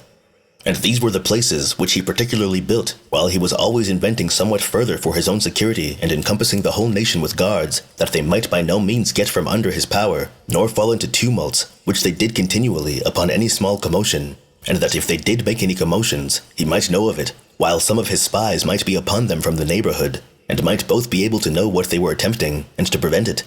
And when he went about building the wall of Samaria, he contrived to bring thither many of those that had been assisting to him in his wars, and many of the people in that neighborhood also, whom he made fellow citizens with the rest. This he did, out of an ambitious desire of building a temple, and out of a desire to make the city more eminent than it had been before, but principally because he contrived that it might at once be for his own security, and a monument of his magnificence. He also changed its name, and called it Sebaste. Moreover, he parted the adjoining country, which was excellent in its kind, among the inhabitants of Samaria, that they might be in a happy condition upon their first coming to inhabit. Besides all which, he encompassed the city with a wall of great strength, and made use of the acclivity of the place for making its fortifications stronger. Nor was the compass of the place made now so small as it had been before, but was such as it rendered it not inferior to the most famous cities, for it was 20 furlongs in circumference. Now within, and about the middle of it, he built a sacred place of a furlong and a half in circuit, and adorned it with all sorts of decorations, and therein erected a temple, which was illustrious on account of both its largeness and beauty. And as to the several parts of the city, he adorned them with decorations of all sorts also. And as to what was necessary to provide for his own security, he made the walls very strong for that purpose, and made it for the greatest part a citadel. And as to the elegance of the buildings, it was taken care of also, that he might leave monuments of the fineness of his taste and of his beneficence to future ages. Chapter 9. Concerning the famine that had happened in Judea and Syria, and how Herod, after he had married another wife, rebuilt Caesarea and other Grecian cities. Now on this very year, which was the 13th year of the reign of Herod, very great calamities came upon the country, whether they were derived from the anger of God, or whether this misery returns again naturally in certain periods of time. For, in the first place, there were perpetual droughts, and for that reason the ground was barren, and did not bring forth the same quantity of fruits that it used to produce. And after this barrenness of the soil, that change of food, which the want of corn occasioned, produced distempers in the bodies of men, and a pestilential disease prevailed, one misery following upon the back of another. And these circumstances, that they were destitute both of methods of cure and of food, made the pestilential distemper, which began after a violent manner, the more lasting. The destruction of men also, after such a manner, deprived those that survived of all their courage, because they had no way to provide remedies sufficient for the distresses they were in. When, therefore, the fruits of that year were spoiled, and whatsoever they had laid up beforehand was spent, there was no foundation of hope for relief remaining, but the misery, contrary to what they expected, still increased upon them, and this, not only that year, while they had nothing for themselves left at the end of it, but what seed they had sown perished also, by reason of the ground not yielding its fruits on the second year. This distress they were in made them also out of necessity to eat many things that did not use to be eaten, nor was the king himself free from this distress any more than other men, as being deprived of that tribute he used to have from the fruits of the ground, and having already expended what money he had in his liberality to those whose cities he had built, nor had he any people that were worthy of his assistance, since this miserable state of things had procured him the hatred of his subjects. For it is a constant rule that misfortunes are still laid to the account of those that govern. In these circumstances, he considered with himself how to procure some seasonable help, but this was a hard thing to be done, while their neighbors had no food to sell them, and their money was also gone, had it been possible to purchase a little food at a great price. However, he thought it his best way, by all means, not to leave off his endeavors to assist his people, so he cut off the rich furniture that was in his palace, both of silver and gold, insomuch that he did not spare the finest vessels he had, or those that were made with the most elaborate skill of the artificers, but sent the money to Petronius, who had been made prefect of Egypt by Caesar. And as not a few had already fled to him under their necessities, and as he was particularly a friend to Herod, and desirous to have his subjects preserved, he gave leave to them, in the first place, to export corn, and assisted them every way, both in purchasing and exporting the same, so that he was the principal, if not the only person who afforded them what help they had. And Herod, taking care the people should understand that this help came from himself, did thereby not only remove the ill opinion of those that formerly hated him, but gave them the greatest demonstration possible of his goodwill to them, and care of them. For, in the first place, as for those who were able to provide their own food, he distributed to them their proportion of corn in the exactest manner. But for those many that were not able, either by reason of their old age or any other infirmity, to provide food for themselves, he made this provision for them, that the bakers should make their bread ready for them. He also took care that they might not be hurt by the dangers of winter, since they were in great want of clothing also, by reason of the utter destruction and consumption of their sheep and goats, till they had no wool to make use of, nor anything else to cover themselves withal. And when he had procured these things for his own subjects, he went further, in order to provide necessaries for their neighbors, and gave seed to the Syrians, which things turned greatly to his own advantage also, this charitable assistance being afforded most seasonable to their fruitful soil, that everyone had now a plentiful provision of food.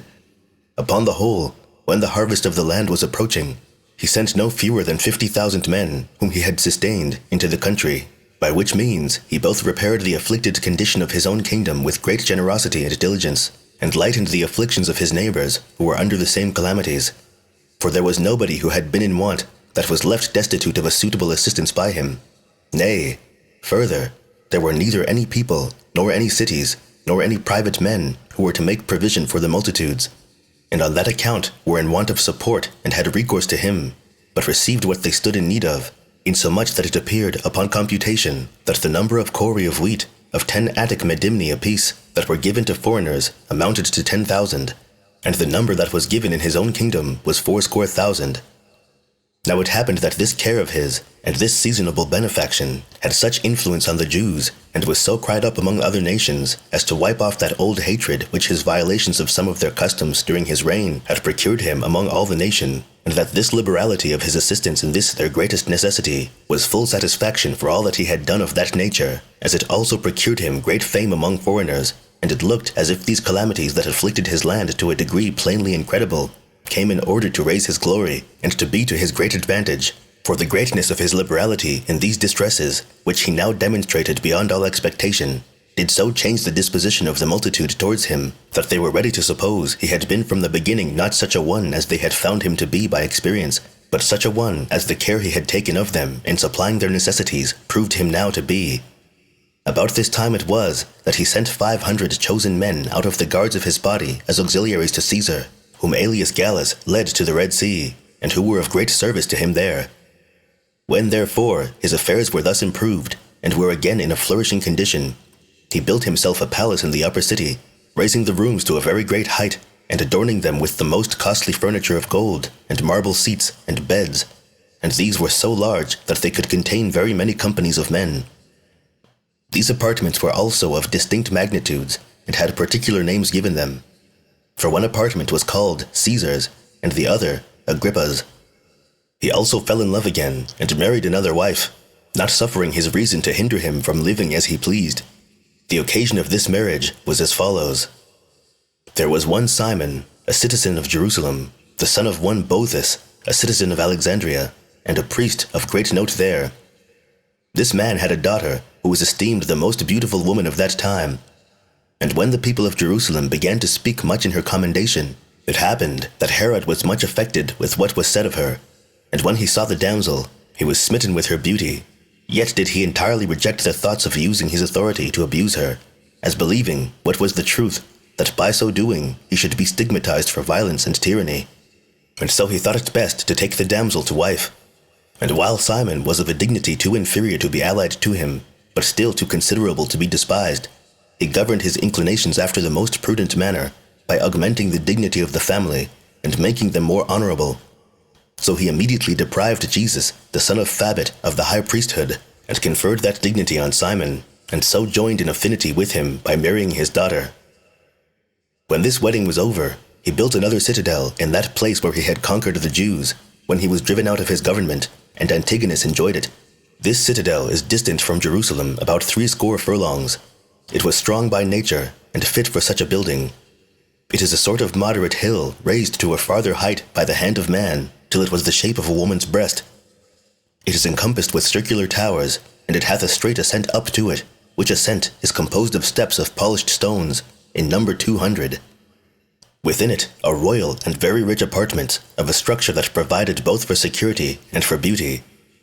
About the bottom there are habitations of such a structure as are well worth seeing, both on other accounts, and also on account of the water which is brought thither from a great way off, and at vast expenses, for the place itself is destitute of water. The plain that is about this citadel is full of edifices not inferior to any city in largeness, and having the hill above it in the nature of a castle.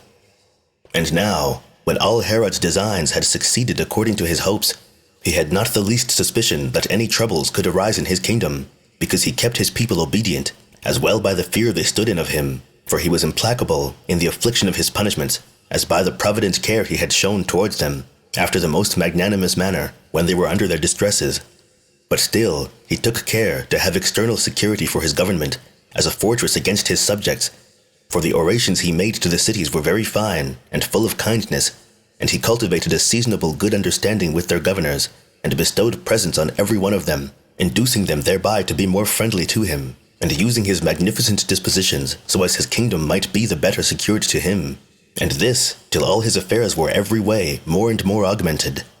But then, this magnificent temper of his, and that submissive behavior and liberality he exercised toward Caesar, and the most powerful men of Rome, obliged him to transgress the customs of his nation, and to set aside many of their laws, by building cities after an extravagant manner, and erecting temples, not in Judea indeed, for that would not have been borne, it being forbidden for us to pay any honor to images or representations of animals after the manner of the Greeks. But still he did this in the country properly out of our bounds, and in the cities thereof. The apology which he made to the Jews for these things was this, that all was done, not out of his own inclinations, but by the commands and injunctions of others, in order to please Caesar and the Romans, as though he had not the Jewish customs so much in his eye as he had the honor of those Romans, while yet he had himself entirely in view all the while, and indeed was very ambitious to leave great monuments of his government to posterity. Whence it was that he was so zealous in building such fine cities, and spent such vast sums of money upon them. Now upon this observation of a place near the sea, which was very proper for containing a city, and was before called Stratos Tower, he set about getting a plan for a magnificent city there, and erected many edifices with great diligence all over it, and this of white stone. He also adorned it with most sumptuous palaces, and large edifices for containing the people, and, what was the greatest and most laborious work of all, he adorned it with a haven that was always free from the waves of the sea. Its largeness was not less than the Piraeum at Athens, and had towards the city a double station for the ships. It was of excellent workmanship, and this was the more remarkable for its being built in a place that of itself was not suitable to such noble structures, but was to be brought to perfection by materials from other places, and at very great expenses. This city is situate in Phoenicia, in the passage by sea to Egypt, between Joppa and Dora, which are lesser maritime cities, and not fit for havens, on account of the impetuous south winds that beat upon them, which, rolling the sands that come from the sea against the shores, do not admit of ships lying in their station, but the merchants are generally there forced to ride at their anchors in the sea itself. So Herod endeavored to rectify this inconvenience, and laid out such a compass towards the land as might be sufficient for a haven, wherein the great ships might lie in safety. And this he effected by letting down vast stones of above 50 feet in length, not less than 18 in breadth, and 9 in depth, into 20 fathoms deep. And as some were lesser, so were others bigger than those dimensions. This mole which he built by the seaside was 200 feet wide, the half of which was opposed to the current of the waves, so as to keep off those waves which were to break upon them, and so was called Prosomatia, or the first breaker of the waves. But the other half had upon it a wall, with several towers, the largest of which was named Drusus, and was a work of very great excellence, and had its name from Drusus, the son-in-law of Caesar, who died young. There were also a great number of arches, where the mariners dwelt. There was also before them a quay, or landing place, which ran round the entire haven, and was a most agreeable walk to such as had a mind to that exercise. But the entrance or mouth of the port was made on the north quarter, on which side was the stillest of the winds of all in this place. And the basis of the whole circuit on the left hand, as you enter the port, supported a round turret, which was made very strong, in order to resist the greatest waves, while, on the right hand, as you enter, stood 2 vast stones, and those each of them larger than the turret, which was over against them. These stood upright, and were joined together. Now there were edifices all along the circular haven, made of the most polished stone, with a certain elevation, whereon was erected a temple, that was seen a great way off by those that were sailing for that haven, and had in it 2 statues, the one of Rome, and the other of Caesar. The city itself was called Caesarea, which was also itself built of fine materials, and was of a fine structure. Nay, the very subterranean vaults and cellars had no less of architecture bestowed on them than had the buildings above ground. Some of these vaults carried things at even distances to the haven and to the sea,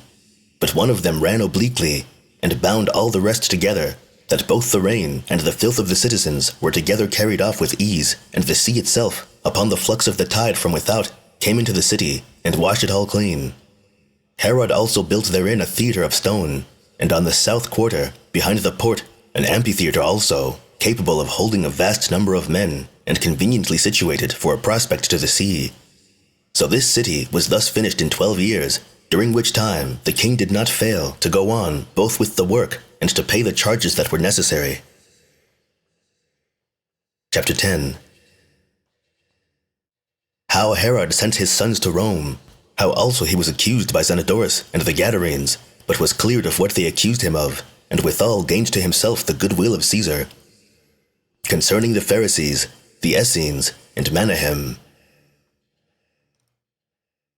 When Herod was engaged in such matters,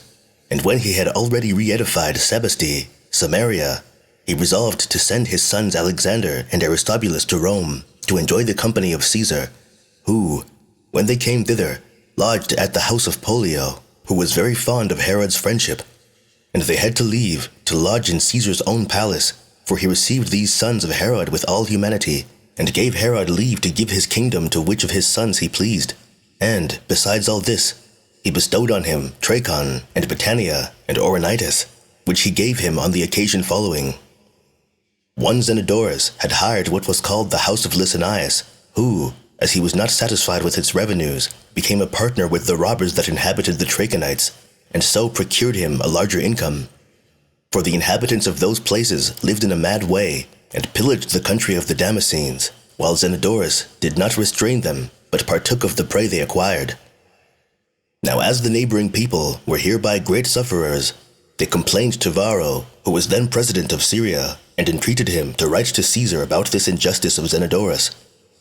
When these matters were laid before Caesar, he wrote back to Varro to destroy those nests of robbers, and to give the land to Herod, that by his care the neighboring countries might be no longer disturbed with these doings of the Trachonites, for it was not an easy thing to restrain them, since this way of robbery had been their usual practice, and they had no other way to get their living, because they had neither any city of their own, nor lands in their possession, but only some receptacles and dens in the earth, and there they and their cattle lived in common together. However, they had more contrivances to get pools of water, and laid up corn and granaries for themselves, and were able to make great resistance by issuing out on the sudden against any that attacked them. For the entrances of their caves were narrow, in which but one could come in at a time, and the places within incredibly large, and made very wide.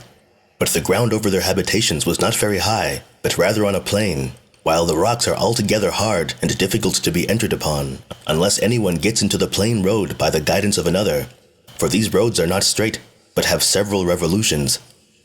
But when these men are hindered from their wicked preying upon their neighbors, their custom is to prey upon one another, insomuch that no sort of injustice comes amiss to them.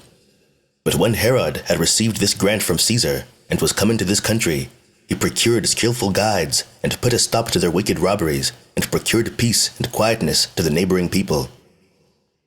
Hereupon, Zenodorus was grieved, in the first place, because his principality was taken away from him, and still more so, because he envied Herod who had gotten it. So he went up to Rome to accuse him, but returned back again without success. Now Agrippa was about this time sent to succeed Caesar in the government of the countries beyond the Ionian Sea, upon whom Herod lighted when he was wintering about Mytilene, for he had been his particular friend and companion, and then returned into Judea again. However, some of the Gadarenes came to Agrippa and accused Herod, whom he sent back bound to the king, without giving them the hearing. But still the Arabians, who of old bare ill will to Herod's government, were nettled, and at that time attempted to raise a sedition in his dominions, and, as they thought, upon a more justifiable occasion. For Zenodorus, despairing already of success as to his own affairs, prevented his enemies by selling to those Arabians a part of his principality, called Auranitis, for the value of 50 talents. But as this was included in the donations of Caesar, they contested the point with Herod, as unjustly deprived of what they had bought. Sometimes they did this by making incursions upon him, and sometimes by attempting force against him, and sometimes by going to law with him.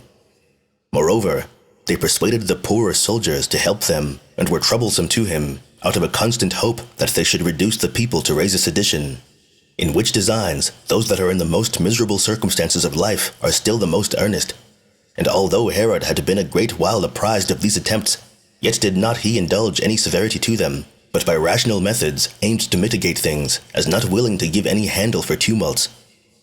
Now when Herod had already reigned 17 years, Caesar came into Syria, at which time the greatest part of the inhabitants of Gadara clamored against Herod, as one that was heavy in his injunctions, and tyrannical.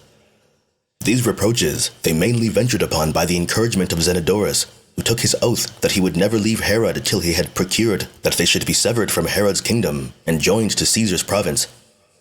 The Gadarenes were induced hereby, and made no small cry against him, and that the more boldly, because those that had been delivered up by Agrippa were not punished by Herod, who let them go, and did them no harm. For indeed he was the principal man in the world, who appeared most inexorable in punishing crimes in his own family, but very generous in remitting the offenses that were committed elsewhere. And while they accused Herod of injuries and plunderings, and subversion of temples, he stood unconcerned, and was ready to make his defense. However, Caesar gave him his right hand, and remitted nothing of his kindness to him upon this disturbance by the multitude. And indeed, these things were alleged the first day, but the hearing proceeded no further. For as the Gadarenes saw the inclination of Caesar and of his assessors, and expected, as they had reason to do, that they should be delivered up to the king, some of them, out of a dread of the torments they might undergo, cut their own throats in the night time, and some of them threw themselves down precipices, and others of them cast themselves into the river, and destroyed themselves of their own accord, which accidents seemed a sufficient condemnation of the rashness and crimes they had been guilty of. Whereupon Caesar made no longer delay, but cleared Herod from the crimes he was accused of. Another happy accident there was, which was a further great advantage to Herod at this time, for Zenodorus's belly burst, and a great quantity of blood issued from him in his sickness, and he thereby departed this life at Antioch in Syria. So Caesar bestowed his country, which was no small one, upon Herod.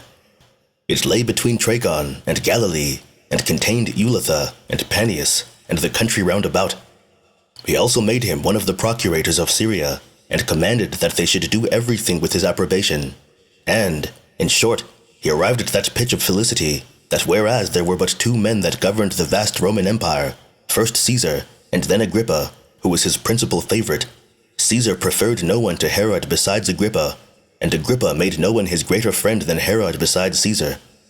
And when he had acquired such freedom, he begged of Caesar a tetrarchy, for his brother Pheroras, while he did himself bestow upon him a revenue of 100 talents out of his own kingdom, that in case he came to any harm himself, his brother might be in safety, and that his sons might not have dominion over him. So when he had conducted Caesar to the sea, and was returned home, he built him a most beautiful temple of the whitest stone of Zenodorus's country, near the place called Panium. This is a very fine cave in a mountain, under which there is a great cavity in the earth, and the cavern is abrupt, and prodigiously deep, and full of still water. Over it hangs a vast mountain, and under the caverns arise the springs of the river Jordan. Herod adorned this place, which was already a very remarkable one, still further by the erection of this temple, which he dedicated to Caesar. At which time Herod released to his subjects the third part of their taxes, under pretense indeed of relieving them after the dearth they had had. But the main reason was to recover their goodwill, which he now wanted, for they were uneasy at him because of the innovations he had introduced in their practices of the dissolution of their religion, and of the disuse of their own customs. And the people everywhere talked against him, like those that were still more provoked and disturbed at his procedure, against which discontents he greatly guarded himself, and took away the opportunities they might have to disturb him, and enjoined them to be always at work, nor did he permit the citizens either to meet together, or to walk, or to eat together, but watched everything they did, and when they were caught, they were severely punished. And many there were who were brought to the citadel of Hyrcania, both openly and secretly, and were there put to death. And there were spies set everywhere, both in the city and in the roads, who watched those that met together. Nay, it is reported that he did not himself neglect this part of caution, but that he would oftentimes himself take the habit of a private man, and mix among the multitude in the night time, and make trial what opinion they had of his government. And as for those that could no way be reduced to acquiesce under his scheme of government, he persecuted them all manner of ways, but for the rest of the multitude, he required that they should be obliged to take an oath of fidelity to him, and at the same time compelled them to swear that they would bear him good will, and continue certainly so to do in his management of the government. And indeed, a great part of them, either to please him, or out of fear of him, yielded to what he required of them. But for such as were of a more open and generous disposition, and had indignation at the force he used to them, he by one means or another made away with them. He endeavored also to persuade Pollio the Pharisee, and Samius, and the greatest part of their scholars to take the oath. But these would neither submit so to do, nor were they punished together with the rest, out of the reverence he bore to Pollio. The Essenes also, as we call a sect of ours, were excused from this imposition. These men live the same kind of life as do those whom the Greeks call Pythagoreans, concerning whom I shall discourse more fully elsewhere. However, it is but fit to set down here the reasons wherefore Herod had these Essenes in such honor, and thought higher of them than their mortal nature required.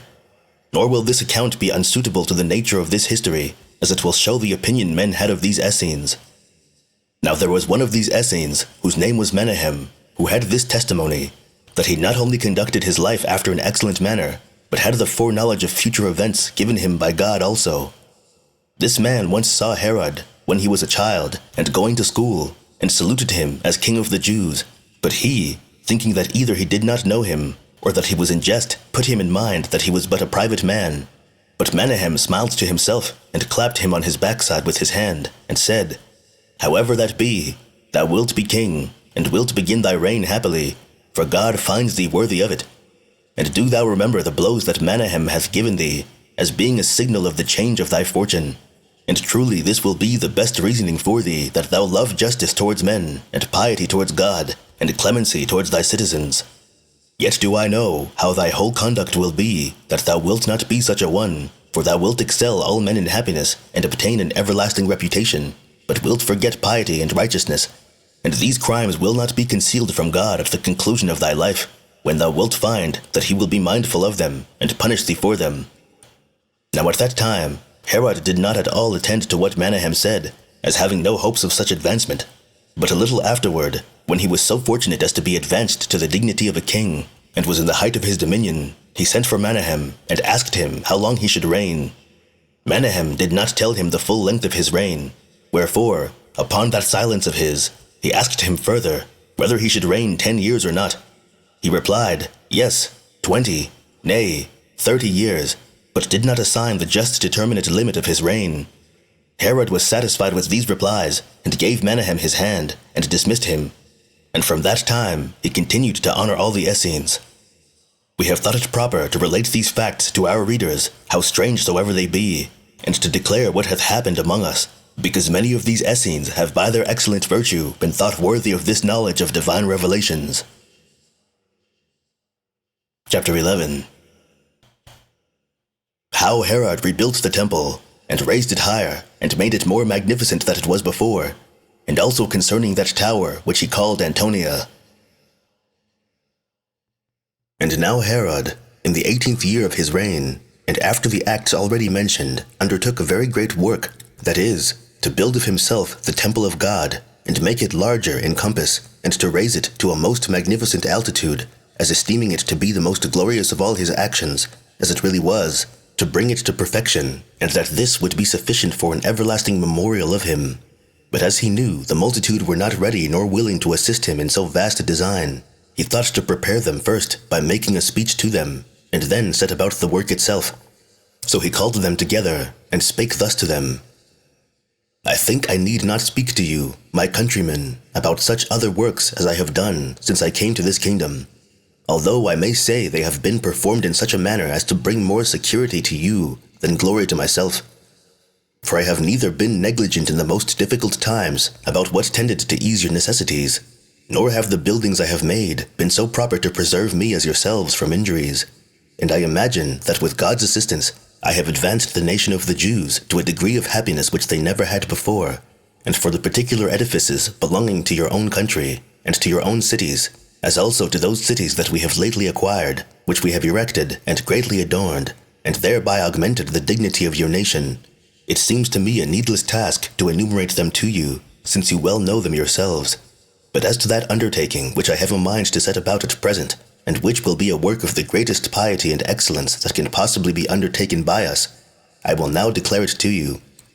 Our fathers, indeed, when they were returned from Babylon, built this temple to God Almighty, yet does it want 60 cubits of its largeness and altitude. For so much did that first temple which Solomon built exceed this temple. Nor let anyone condemn our fathers for their negligence or want of piety herein, for it was not their fault that the temple was no higher, for they were Cyrus and Darius, the son of Histaspes, who determined the measures for its rebuilding. And it hath been by reason of the subjection of those fathers of ours to them and to their posterity, and after them to the Macedonians, that they had not the opportunity to follow the original model of this pious edifice nor could raise it to its ancient altitude. But since I am now, by God's will, your governor, and I have had peace a long time, and have gained great riches and large revenues, and, what is the principal thing of all, I am at amity with and well regarded by the Romans, who, if I may so say, are the rulers of the whole world, I will do my endeavor to correct that imperfection which hath arisen from the necessity of our affairs, and the slavery we have been under formerly, and to make a thankful return, after the most pious manner, to God, for what blessings I have received from him, by giving me this kingdom, and that by rendering his temple as complete as I am able. And this was the speech which Herod made to them. But still this speech affrighted many of the people, as being unexpected by them, and because it seemed incredible, it did not encourage them, but put a damp upon them, for they were afraid that he would pull down the whole edifice, and not be able to bring his intentions to perfection for its rebuilding. And this danger appeared to them to be very great, and the vastness of the undertaking to be such as could hardly be accomplished. But while they were in this disposition, the king encouraged them, and told them he would not pull down their temple till all things were gotten ready for building it up entirely again. And as he promised them this beforehand, so he did not break his word with them, but got ready 1,000 wagons that were to bring stones for the building, and chose out 10,000 of the most skillful workmen, and bought 1,000 sacerdotal garments for as many of the priests, and had some of them taught the arts of stone cutters, and others of carpenters, and then began to build. But this not till everything was well prepared for the work.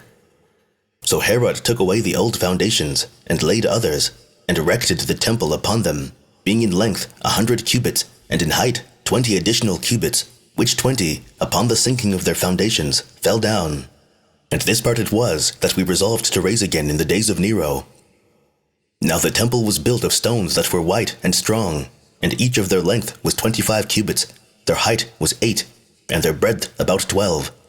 And the whole structure, as also the structure of the royal cloister, was on each side much lower, but the middle was much higher, till they were visible to those that dwelt in the country for a great many furlongs, but chiefly to such as lived over against them, and those that approached to them.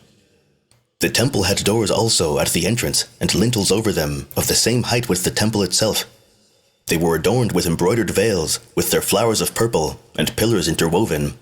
And over these, but under the crownwork, was spread out a golden vine, with its branches hanging down from a great height, the largeness and fine workmanship of which was a surprising sight to the spectators, to see what vast materials were there, and with what great skill the workmanship was done. He also encompassed the entire temple with very large cloisters, contriving them to be in a due proportion thereto.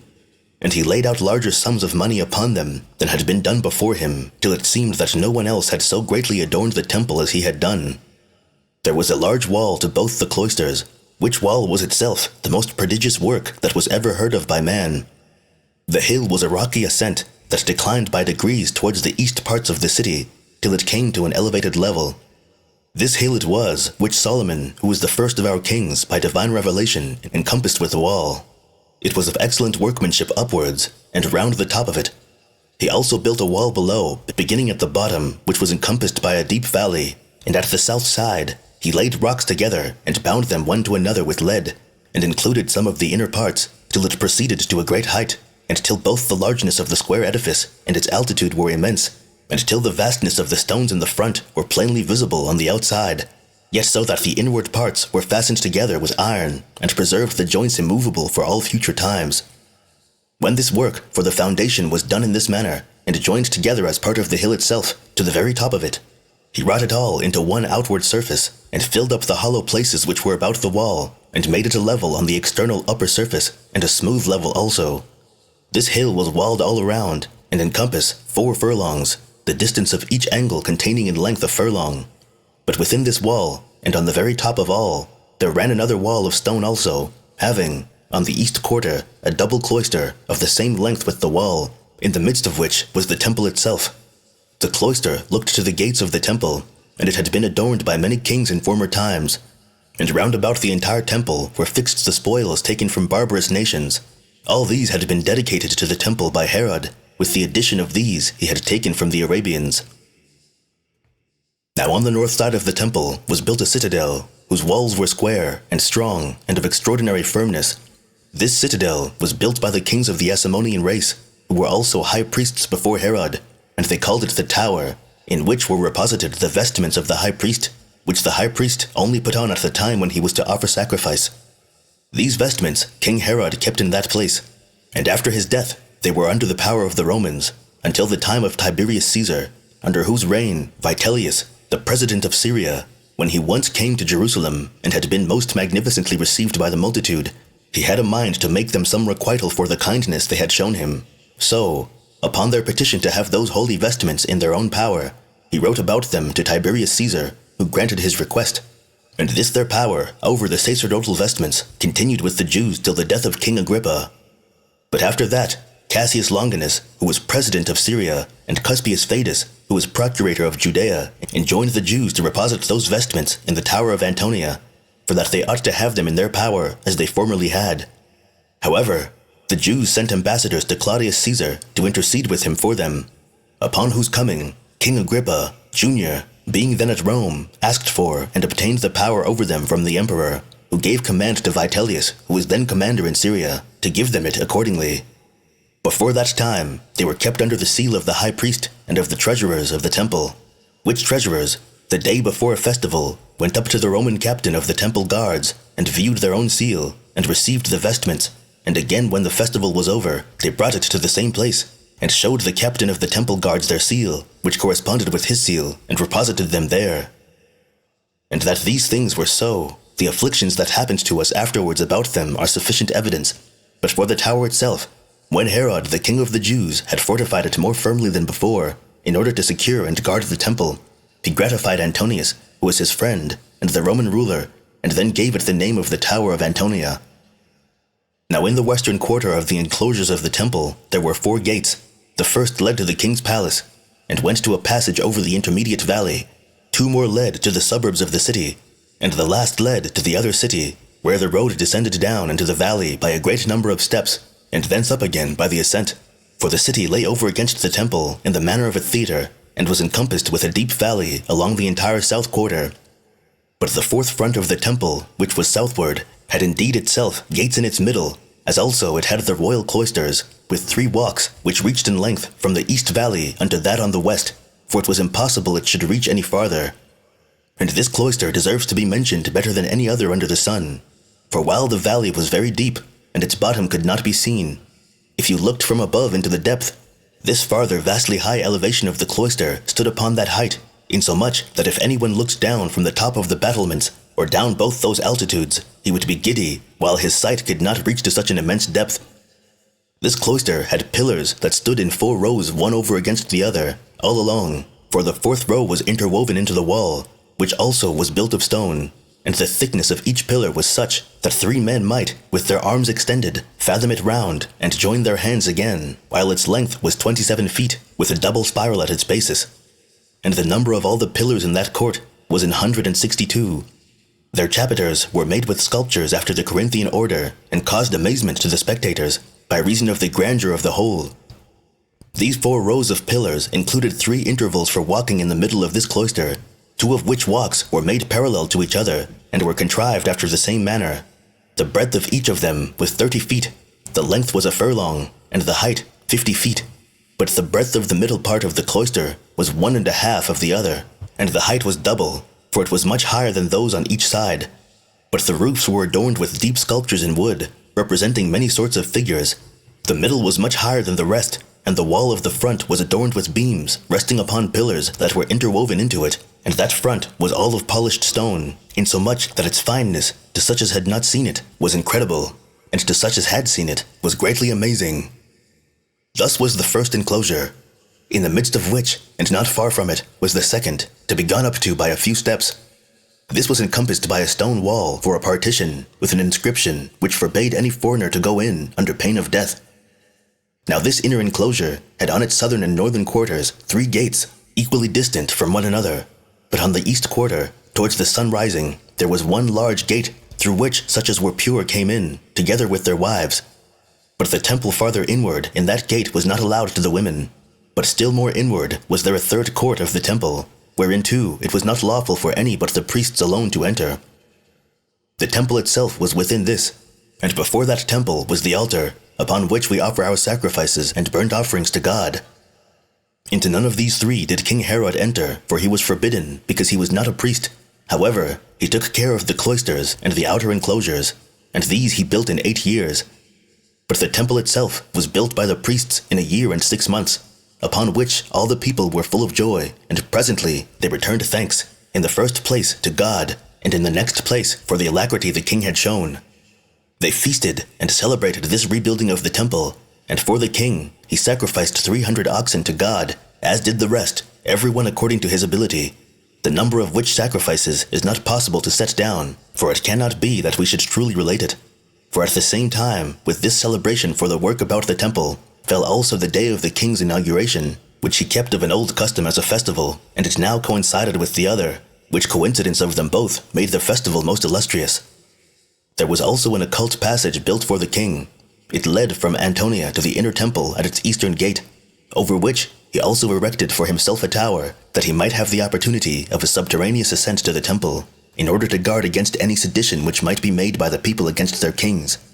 It is also reported that during the time that the temple was building, it did not rain in the daytime, but that the showers fell in the nights, so that the work was not hindered.